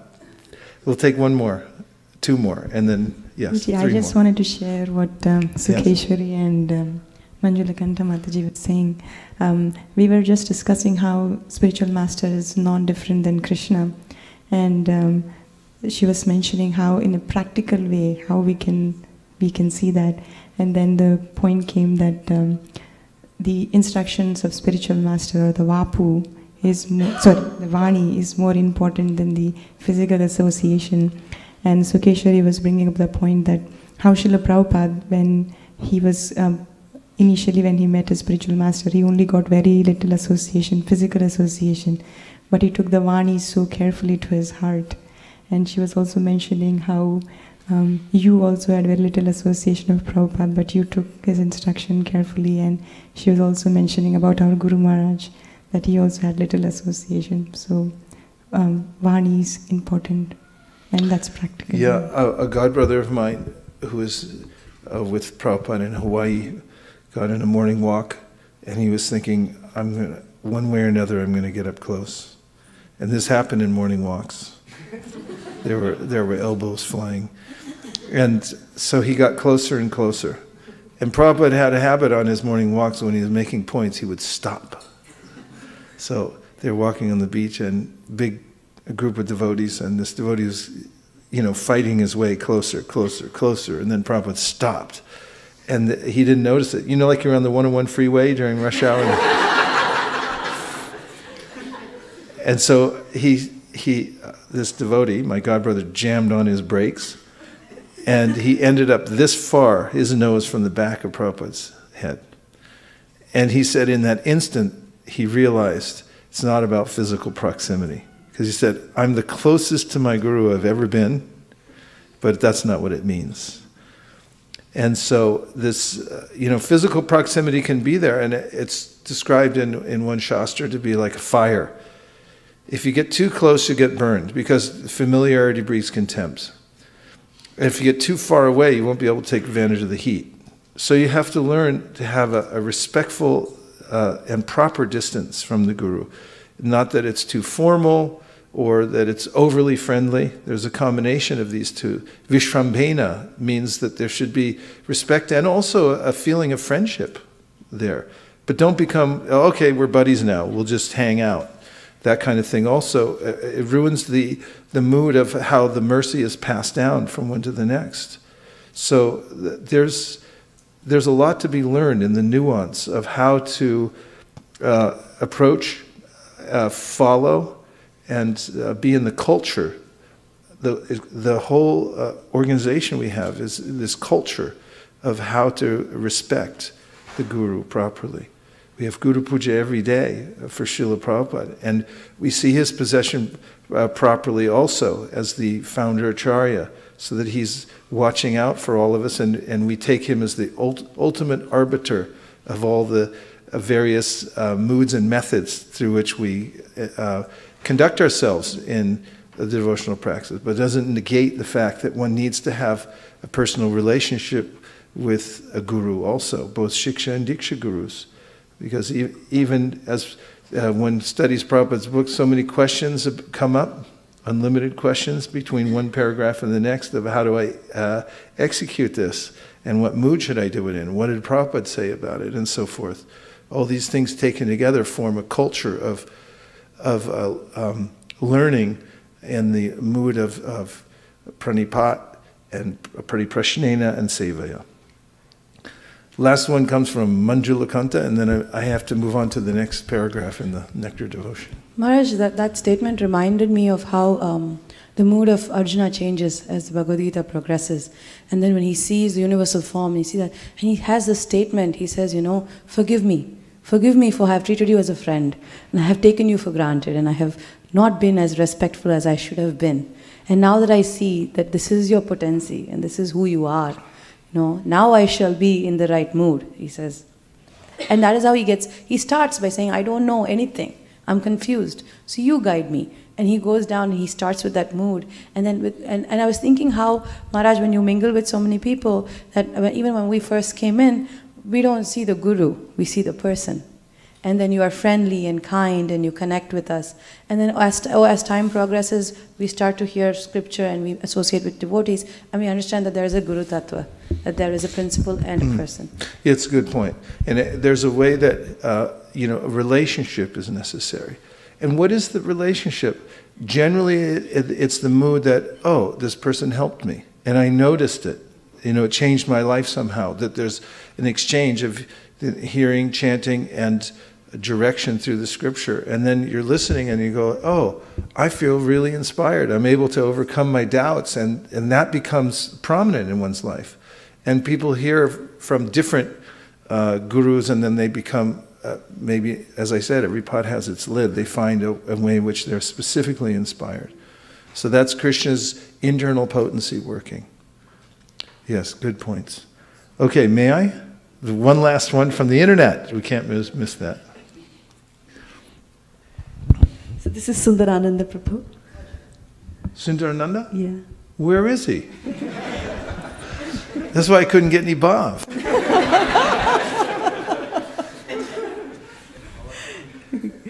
So he's sharing a reflection and a question.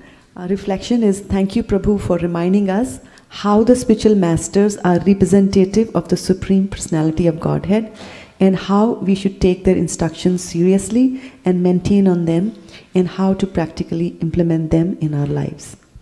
And the question is that we have also heard that our relationship with Guru is eternal. How do we understand this with respect to disciples' relationship with Guru over multiple lifetimes? Does Guru, who also has a personal aspect, come back to deliver his disciples? And then he's quoting a couple of verses. Kali kalera dharm Krishna naam sankirtan, Krishna sakti vina nahi tara parvartan. And then, which is the fundamental religious systems in the age of Kali, is the chanting of the holy names of Krishna. Unless empowered by Krishna, one cannot propagate the Sankirtan movement. And the second one is Yasya prasadat bhagavad prasado ityadi. Regarding your question, thank you for your excellent points and for the verses that you quoted. It's not a stereotype process. It's not that the Guru comes back to save the living entities. And there's a way that it's taking place, as I just mentioned, and which I'm taking from Shastra. Prabhupada says in the Nectar Devotion that the process of end one's relationship with the spiritual master is conducted by Krishna's internal potency. And how Krishna sees fit to use particular living entities. And we make no mistake, the Guru is the representative of Krishna. Krishna is the Guru. He's actually ultimately the only Guru. Everyone else is the representative of Krishna. You'll find a very clear statement about this in the Srimad Bhagavatam in relationship with the Matsya avatar. And so he's the Adi Guru. Everyone else is a representative. And he uses, as Sundarananda Prabhu quoted, Krishna Shakti Vina Nahi. Unless you're empowered by Krishna, by the internal potency, that it means that Krishna is using you in a certain way to inspire others. So he does so in various ways. He has ways that, inventive ways, which is necessary for living entities to coax them out of the material world, to bring the living entities back home, back to Godhead. An example of this you'll find in the Brihat Bhagavatamrita, where Gopakumar is sent by Srimati Radharani from the spiritual world in order to deliver the Brahman from Jyotishtapur. This Brahman is in a very similar situation as Gopakumar was when he came out of the material world. And he tells about how he met his spiritual master. His spiritual master, he was a cowherd boy and in Govardhan. Not his spiritual master, but Gopakumar himself. And there was a sadhu there that they would see every day. He was overcome with devotional emotions. The boys in his group used to see this sadhu, and some of them would find him amusing. Gopakumar, as a kid, before he was initiated, he considered him to be a very enigmatic, but he respected him very deeply, and he saw, oh, this is a wonderful person. He knew nothing about spiritual science or gurus or anything like that. But out of affection, he used to bring him milk products every day from the village, and he'd give it as a gift. And one day, this guru called him. He said, I have something to give you. So he called him over to the bank of the river, and then he gave him a Diksha mantra. And Gopakumar had no idea what it was. And the guru, after imparting this mantra, because of hearing the mantra, he fainted in ecstasy.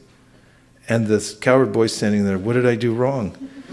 And he was alarmed by the whole situation. And the guru then awoke from his trance, and he walked away out of spiritual bewilderment, giving no instruction whatsoever about how to chant the mantra at all.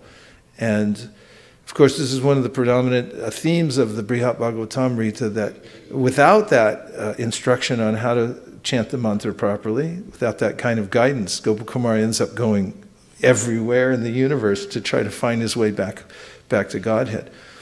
But it's also clear he's telling his story to this other Brahmana. And he says in the story that Srimati Radharani asked me to come here and intervene in your life. So there's a way in which we're being watched out for. It's not that things are happening randomly, but anytime we meet Guru, for instance, when Dhruva Maharaj meets his Guru, who is Narada Muni, overheard his conversation in the palace. How's that possible? He wasn't there. So then he explains that the Supreme Personality of God is within everyone's heart, and he informed him that there's a living entity here that needs help. So he intervened in the life of Dhruva Maharaj because it's directed by the Supreme Personality of Godhead. So my point is, and hopefully sufficiently substantiated by Shastra, is that there's a way in which it's Krishna's will that the living entities come back to God, and he uses various representatives in order to assist people in coming back home, back to Godhead, and he assists them in various ways. So it's not a stereotype way in which the guru independently does this or that to save the living entity, but he does it in concert with Krishna and according to the way Krishna makes the arrangement, which may include coming back to the material world to help the disciple make the next steps in coming back to Godhead. I hope that helps Sundarananda Prabhu. Okay, can we read one more paragraph? Yes. We were, everybody okay? Everyone good? Okay. Accepting initiation from the spiritual master and receiving instruction from him. I didn't read that yet, right? Okay. Sage Prabhupada continued to speak to the king as follows. My dear king, a disciple has to accept the spiritual master. Not only, I did read it. First paragraph is read. First statement only. Okay, I'm going to read the whole thing. Sage Prabhupada continued to speak to the king as follows. My dear king, a disciple has to accept the spiritual master not only as spiritual master, but also as the representative of the Supreme Personality of Godhead and the Supersoul. In other words, the disciple should accept the spiritual master as God because he is the external manifestation of Krishna. This is confirmed in every scripture, and a disciple should accept the spiritual master as such. One should learn Srimad Bhagavatam seriously and with all respect and veneration for the spiritual master. Hearing and speaking Srimad Bhagavatam is the religious process that elevates one to the platform of serving and loving the Supreme Personality of Godhead. Question: what is the religious process that elevates one to the platform of serving and loving the Supreme Personality of Godhead? Correct. The attitude of the disciple should be to satisfy the bona fide spiritual master. Then it will be very easy for him to understand spiritual knowledge. This is confirmed in the Vedas, and Rupa Goswami will further explain that for a person who has unflinching faith in God and the spiritual master, everything becomes revealed very easily.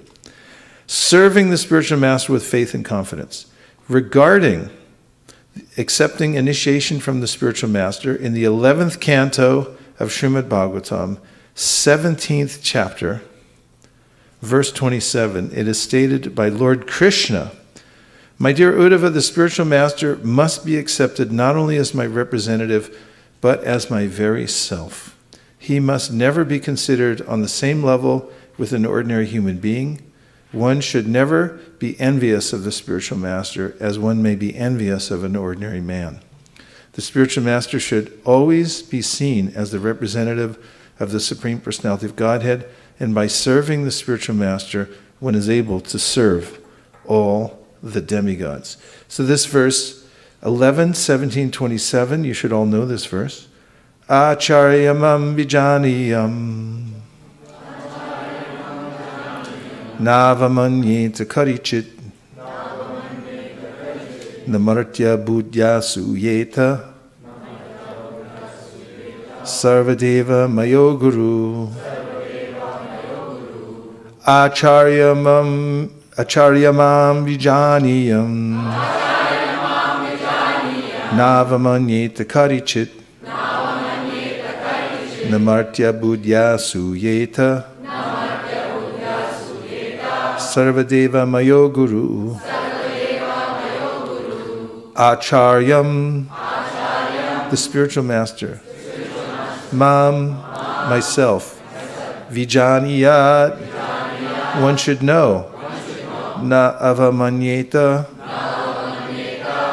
one should never disrespect, karichit, at any time, na, never, martya budya, with the idea of his being an ordinary man,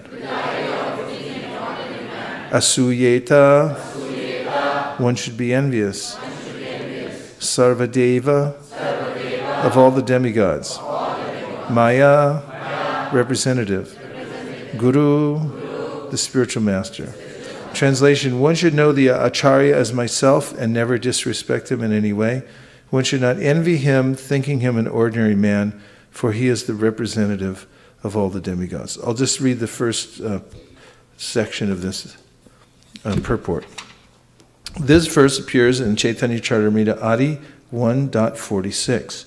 His Divine Grace Om Vishnupad Paramahamsa Parivraja Kacharya Ashtotara Shata Shri Sriman A.C. Bhaktivedanta Swami Prabhupada has commented on this verse as follows. This is a verse from Srimad Bhagavatam 11.17.27 spoken by Lord Sri Krishna when he was questioned by Uddhava regarding the four social and spiritual orders of society. He was specifically instructing how a brahmachari should behave under the care of a spiritual master. A spiritual master is not an enjoyer of facilities offered by his disciples. He is like a parent. Without the attentive service of his parents, a child cannot grow to manhood. Similarly, without the care of the spiritual master, one cannot rise to the plane of transcendental service. The spiritual master is also called Acharya, or a transcendental professor of spiritual science. Manu Sanghita 2.140 explains the duties of an Acharya, describing that a bona fide spiritual master accepts charge of disciples, teaches them the Vedic knowledge with all its intricacies, and gives them their second birth. Continue, please.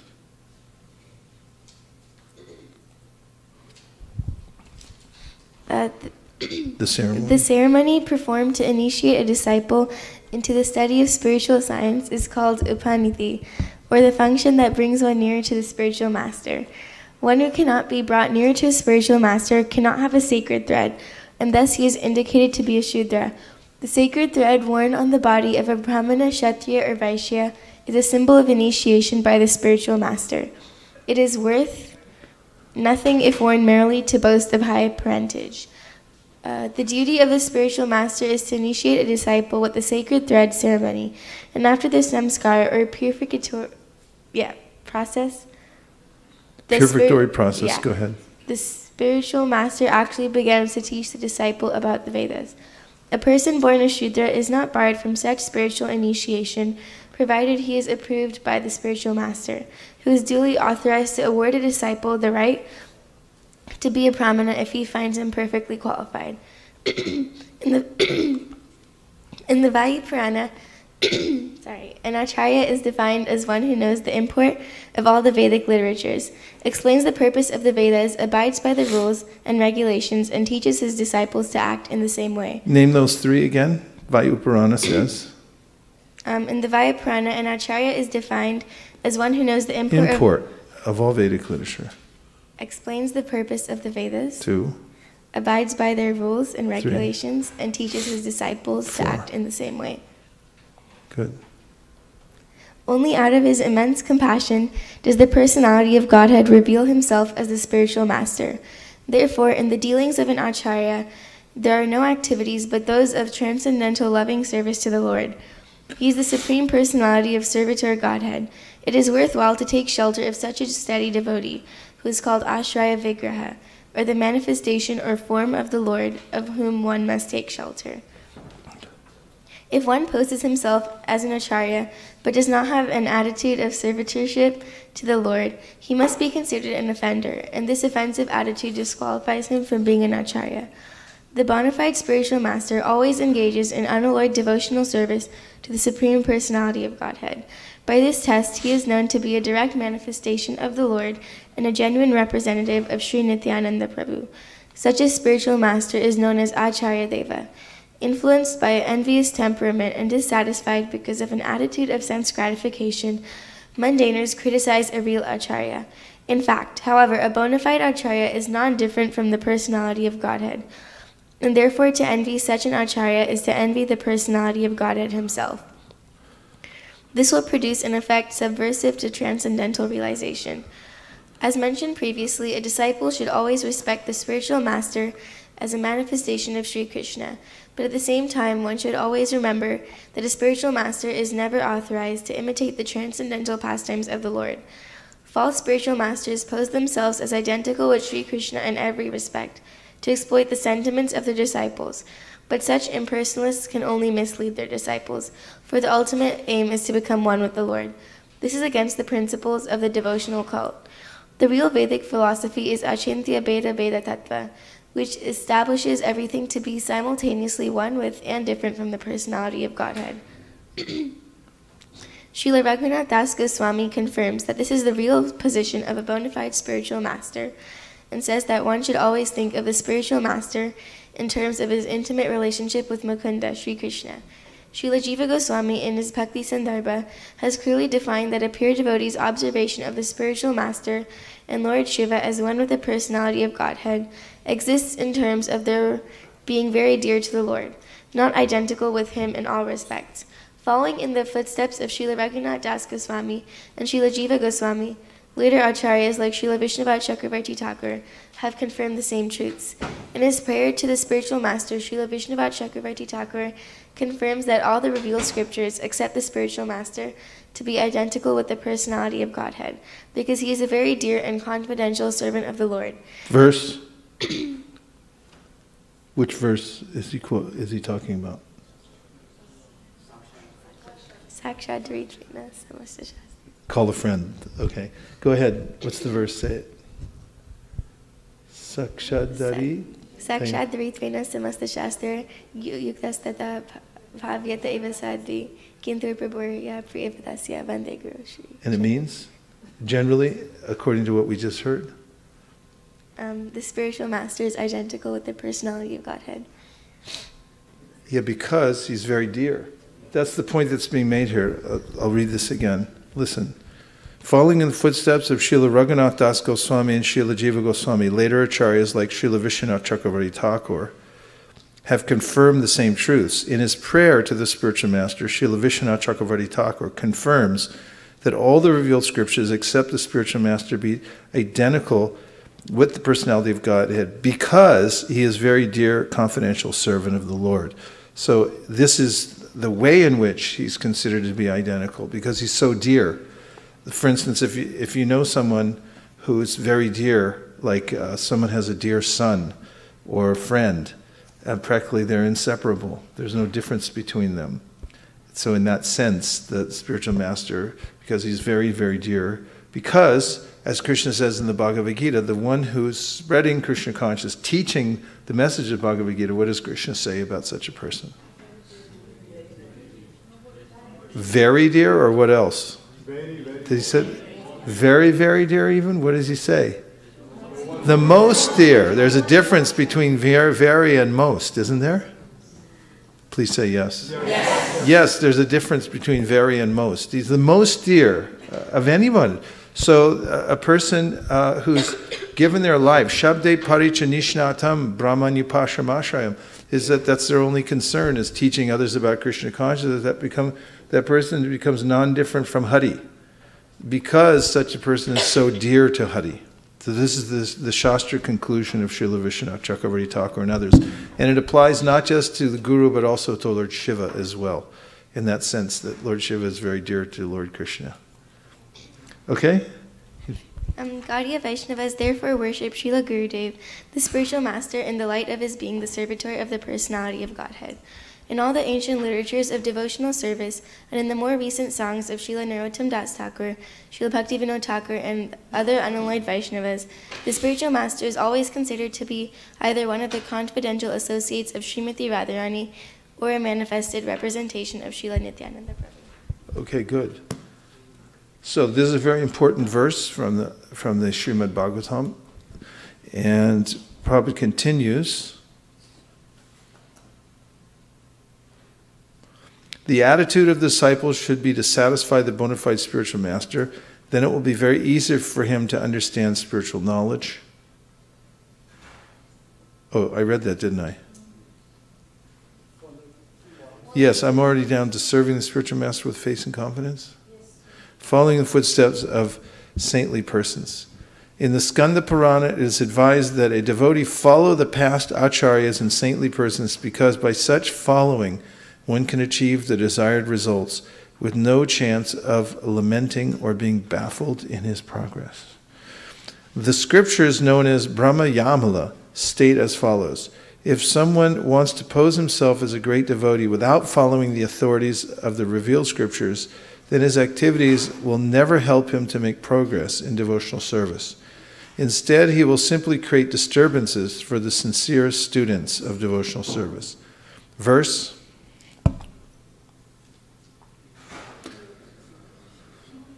Who's got it? I heard that. Who said? Go ahead. We have a pundit right in the middle of the...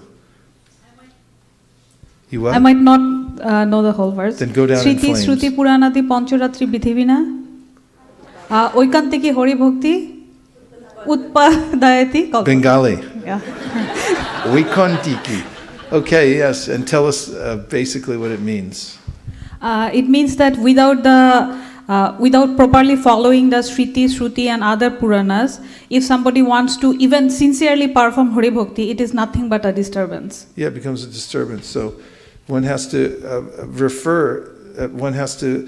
follow the Shastra and refer to Shastra when one's presenting spiritual knowledge. You shouldn't speculate and deviate. It becomes a disturbance to everybody else. Those who do not strictly follow the principles of revealed scriptures are generally called sahajiyas. Those who have imagined everything to be cheap, who have their own concocted ideas, and who do not follow the scriptural injunctions. Such persons are simply creating disturbances in the discharge of devotional service. So we've heard about Guru, and now we're hearing about Sadhu and Shastra. So these three are the ways in which we find our way forward in devotional service. And there, if you put one dot on a page, you can draw a line in any direction, but if you put 3 dots, then you're going to have a very distinctive direction. So all these 3 entities are vitally important to move forward in devotional service. What are they? Guru, all 3. And it's not Guru, Guru, Guru. It's not Shastra, Shastra, Shastra. It's not Sadhu, Sadhu, Sadhu, but it's Guru, Sadhu, Shastra. You take these 3 things and you consider them very carefully. Then if a guru starts saying things that aren't in Shastra and they're also not confirmed by Sadhu, then what is your conclusion? Something's not okay. You have to be thoughtful to advance in spiritual life. It's not a cult. You have to carefully consider these things. Tat shradhana munayo jnana vairagya yuktaya pashyantya-atmani chatmanam bhakta shuta grihitaya. So you have to be fortified with knowledge and detachment, and you also have to be thoughtful. And you have to consider these things very carefully for yourself in order to be directed properly. Guru, Sadhu, Shastra. Correct? Yes. Say yes. Yes. Thank you. Manjula Kanta. Maharaj, when we say that you need all these 3, so if I just have Guru and I don't focus on Sadhu or Shastra, then I have a chance to deviate in various directions. And yet you remind us again and again of the verse that one who follows devotional service, for him knowledge and detachment automatically arrive. So these 2 verses do not correlate. Help me understand how they Well, a guru is somebody who is a shabde parita nishnatam. We notice that the definition of a guru is one who has fidelity to Shastra. So you have to acquaint yourself with Shastra. For instance, you should know Bhagavad Gita in order to know what is a qualified guru. And then when you see the guru, you see that the guru is constantly backing up everything with Shastra. The guru doesn't speak out of turn and say, I think it's like this. Why? Is it? I don't know. It's just I kind of feel like that. The guru is one who gives precedent. Just like Prabhupada said, a lawyer knows the law and knows the law books very carefully. The lawyer goes into court and the judge says, why are you making this assertion that this person is guilty? And he said, I don't know. I just feel like it. That's not acceptable. You have to give a case and you have to give precedent. So this case, it's in 1972. It was, this person against that person. The circuit courts decided in this way. And that proves it on one side. Then there were other decisions that lead up to that. It's a valid legal theory. And so then it's bona fide. So you have to be able to see what is a guru who's leading you properly, who's actually referring to Shastra. So the guru is the representative of the Shastra. But you'll find that with the lawyer, you may go and look at all the law books and everything like that, but you still need the lawyer to help you sort it out. So, Guru, Sadhu, Shastra, all these 3 things are what guide us as we go forward. Then you see, how does it work? Guru, Sadhu. And then you see Guru, Shastra. Then you see how are the sadhus applying this in their life. See, what are the great acharyas? Why do we have Mahajans? These Mahajans are listed because look at their life. Look what they did. They're basically the Mahajans, like Bali Maharaj is one of our Mahajans. Why is he Mahajan? He made a decision. He had a moment of truth that it was a big decision to make, that do I listen to my smarta guru who says, okay, just devotional service is okay, but don't get carried away. Or, he said, no, if it's Vishnu, I'm surrendering. That set a precedent. And they say, okay, look what Bali Maharaj did in this situation. He had a choice to make. He made the right choice. He's a guiding principle. It corroborates what's there in Shastra and what's there from the Guru. 3 things. Guru, Sadhu, Shastra. 3 things. Not Guru, Guru, Guru, but Guru, Sadhu, Shastra. These 3 things you have to be thoughtful and consider. And if the Guru is not speaking according to Shastra, then you might investigate. Because maybe you don't know which Shastra the person's talking from. You might inquire. And if not, what's the principle? Why aren't you following? Yes? Prabhu, we were talking about Mahajans. I was just thinking that in our Bhakti Vaibhava exam, we had a question that we had to mention all the 11 Mahajans. And, we had a discussion after the exam that many of us didn't remember all the 11 Mahajans. So we added our own little, whatever we thought. We didn't want to leave out the answer just like that. So some of us wrote Kunti, some of us wrote, we wrote other names. So we were just sitting down and thinking, what determines only those 11 people who are Mahajans? And also not in a wrong way, but we thought that all the Mahajans were men. There was no women devotee in it. So we were thinking, is there a particular criteria of why is only some devotees are Mahajans and why only there are 11? Well, what did Srivas Prabhu say?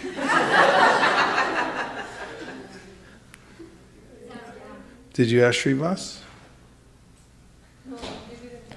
Okay, first ask Srivas. I don't want to intercede because it was his test. And then come back and tell us what he said. Okay? Thank you. Yes.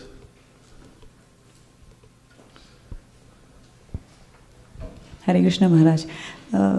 What Manjula Kanta Mataji was saying, as you were also mentioning that we have to keep in mind Guru, Sadhu and Shastra.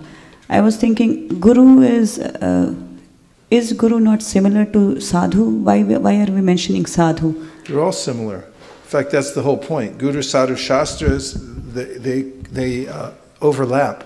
They're one in another sense, not just overlapping, but I point the Guru is Guru because Guru speaks for Shastra and Sadhu.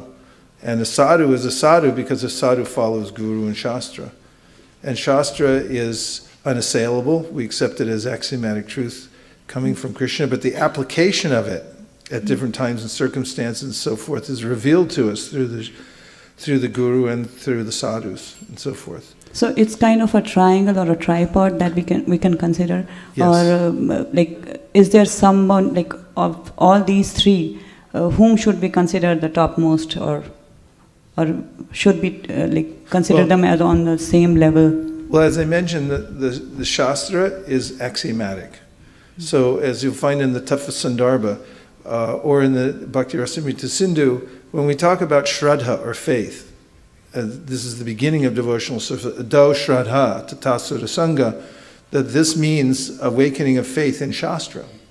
That I accept there's an axiomatic truth in Shastra and I accept this is the words coming from infallible source. So in this sense, this is the basis. Because then the Guru is the one who follows Shastra. If he deviates from the teaching of Shastra, then no longer considered Guru. And the Sadhu also is following like that. So of the 3, the Shastra is there as the foundation of everything, but all are in a harmony with those things. And there's ways in which, as I mentioned before, one has to take the guidance of Guru and Sadhu in practical ways in order to apply the Shastra. So I can understand that Sadhu is one who is leading what the knowledge he is getting from the Shastra or showing us by his example? Yes, that's what a sadhu means, one who's showing by example. Various life situations that they take it up and they show, this is what you do. This is how you live your life. You apply. This is how you apply the Shastra practically in your life. You can follow in that way. Thank you. So Mahajans, just like we have our list of the Shiksha Parampara from Srila Bhaktisiddhanta. Actually, some are Shiksha, some are Diksha. But the fact is that in any science, you have prominent names of personalities who have exemplified the teachings and have maintained them, especially at times when they were under attack and so forth. And so these names become prominent. But all the Vaishnavas are worshipable, and there are many other names that aren't there, and you say, how about this, how about that? But there's a way in which we form a representative list, and similarly with the Mahajans. And similarly, and also we find in the, the Shastra, you mentioned Kunti, there are other great sadhvis, women Vaishnavas who exemplified the teachings in so many different ways. But I still want to hear what Srivas Prabhu has to say. So today we took advantage of the fact that Srila Prabhupada left us the Nectar of Devotion, summary study of the Bhakti Rasamrita Sindhu. We went into it a little bit. We just touched our little finger into that ocean, took a little taste, sprinkled a little water on our heads. But even that is substantial, just the tiniest touch. How deep is the ocean of Srila Prabhupada's books. Also this morning I was just talking to Devamrita Swami, who I'm working on in a division of the BBT to bring out the Goswami books. We already have Tattva Sandarbha, we have Lakhu Bhagavatamrita, Brihat Bhagavatamrita. Next will be the Bhakti Rasamrita Sindhu. The Prabhupada gave the summary study of the 10th canto of Srimad Bhagavatam. He also began in on the extended translations and commentaries to the 10th canto of Srimad Bhagavatam, and he asked that it be continued, and it was. So in a similar way, the BBT will be bringing out the Bhakti Rasamrita Sindhu. There'll be a huge demand for this book. The Bhakti Sandarbha is also coming out. It's a book that the devotees will want to have in their homes because it's one of the most important of all the literatures substantiating the process of bhakti, written by Jiva Goswami. Just a warning, it's very hard to read. It's highly, highly philosophical. Nonetheless, you'll all want to have it. He was asking me how many copies, to print, and it's something that there's a section of devotees who just want to have it and worship it and keep it. And you can try to read it, just as at the end of the Tattva Sandarbha, the Sarva Samvadani. We read that a couple of times, but only out of duty. I couldn't understand a word of it, but we did it anyway because Jiva Goswami wrote it. It was meant for people with much higher intelligence. So we worship all these books. We bring them out in order to preserve them in society, so they'll be there. But the nectar of the Bhakti Rasamrita Sindhu is something there'll be a stampede for. So I'm starting to mention it now, even though it's not in production. We'll start a pre-ordering process soon. They'll all be gone before it even hits the press. So I'm just telling you now, and anybody else that's listening, it's coming down. It's such a powerful rendition given to us by Banu Swami, who's an international treasure. He's an amazing devotee. He's Canadian, but he looks Japanese. He goes to Japan regularly. We have service there together. He reserves all his energy in order to be absorbed in translating all these books that he's doing. What do I mean by that? If you write an email, he'll write you back with as few words as possible. No salutation, no ending thing, no name, anything. He gets it down to one-word answers. However, he is very responsive. I asked him one time, Maharaj, why do you do that? He said, I have to answer everybody, and I don't have time. But I've noticed him when I went to Chennai, and I saw him, I met him in his office. Every waking minute that he's has available, he's there working with these Vaishnava Shastras, bringing them into the world. Gopi Pranadhana Prabhu, who was the Sanskrit editor for the BBT for many years, trained at the same time Prabhupada was here. He was getting training. And he trusted Banu Maharaj's translations very much because, of course, there's Sanskrit's very intricate language, and there's a lot of ways it can be translated. But he not only has fidelity to Srila Prabhupada, but also expert knowledge of Sanskrit. So we're fortunate that these books will be coming out. We take full advantage of them, absorb our lives, and then there's barely enough time to do everything we want to do, but somehow that we should even squeeze more time out of our lives to go deeply within these literatures, especially the Nectar of Devotion, Srimad Bhagavatam, Bhagavad Gita, Sri Chaitanya Charitamrita, Nectar of Instruction, anything else? Sri Upanishad, and so forth. Get as much as you can while you can as a human being passing through during this time when Chaitanya Mahaprabhu was just here a few minutes ago. And as this song says, dive into the Sankirtan movement. Don't hold back. Dive into the ocean. It's an ocean, Rasarnavi. And if you dive into that ocean and the activities of Chaitanya Mahaprabhu, you'll come out on the shore of the pastimes of Radha and Krishna. This is how one advances in this age, by taking shelter of Chaitanya Mahaprabhu, all the practical things that you're doing, especially distributing this transcendental knowledge through the Shastra. You're going door to door, street to street, finding ways to get people to take these books. There's no finer or higher service that you can do, of course, in concert with all the other things that we do here in order to attract the attention of Lord Krishna and advance in devotional service. Anybody who agrees with the sentiment of that statement, please say Hare Krishna. Hare Krishna! Okay, so now we're going to have Guru Puja. We've worshipped our founder Acharya's Divine Grace A.C. Bhaktivedanta Swami Prabhupada. So we'll roll up the carpet and we'll bring out the paraphernalia for duly worshiping His Divine Grace. And just after that, we'll have prasadam. Hare Krishna.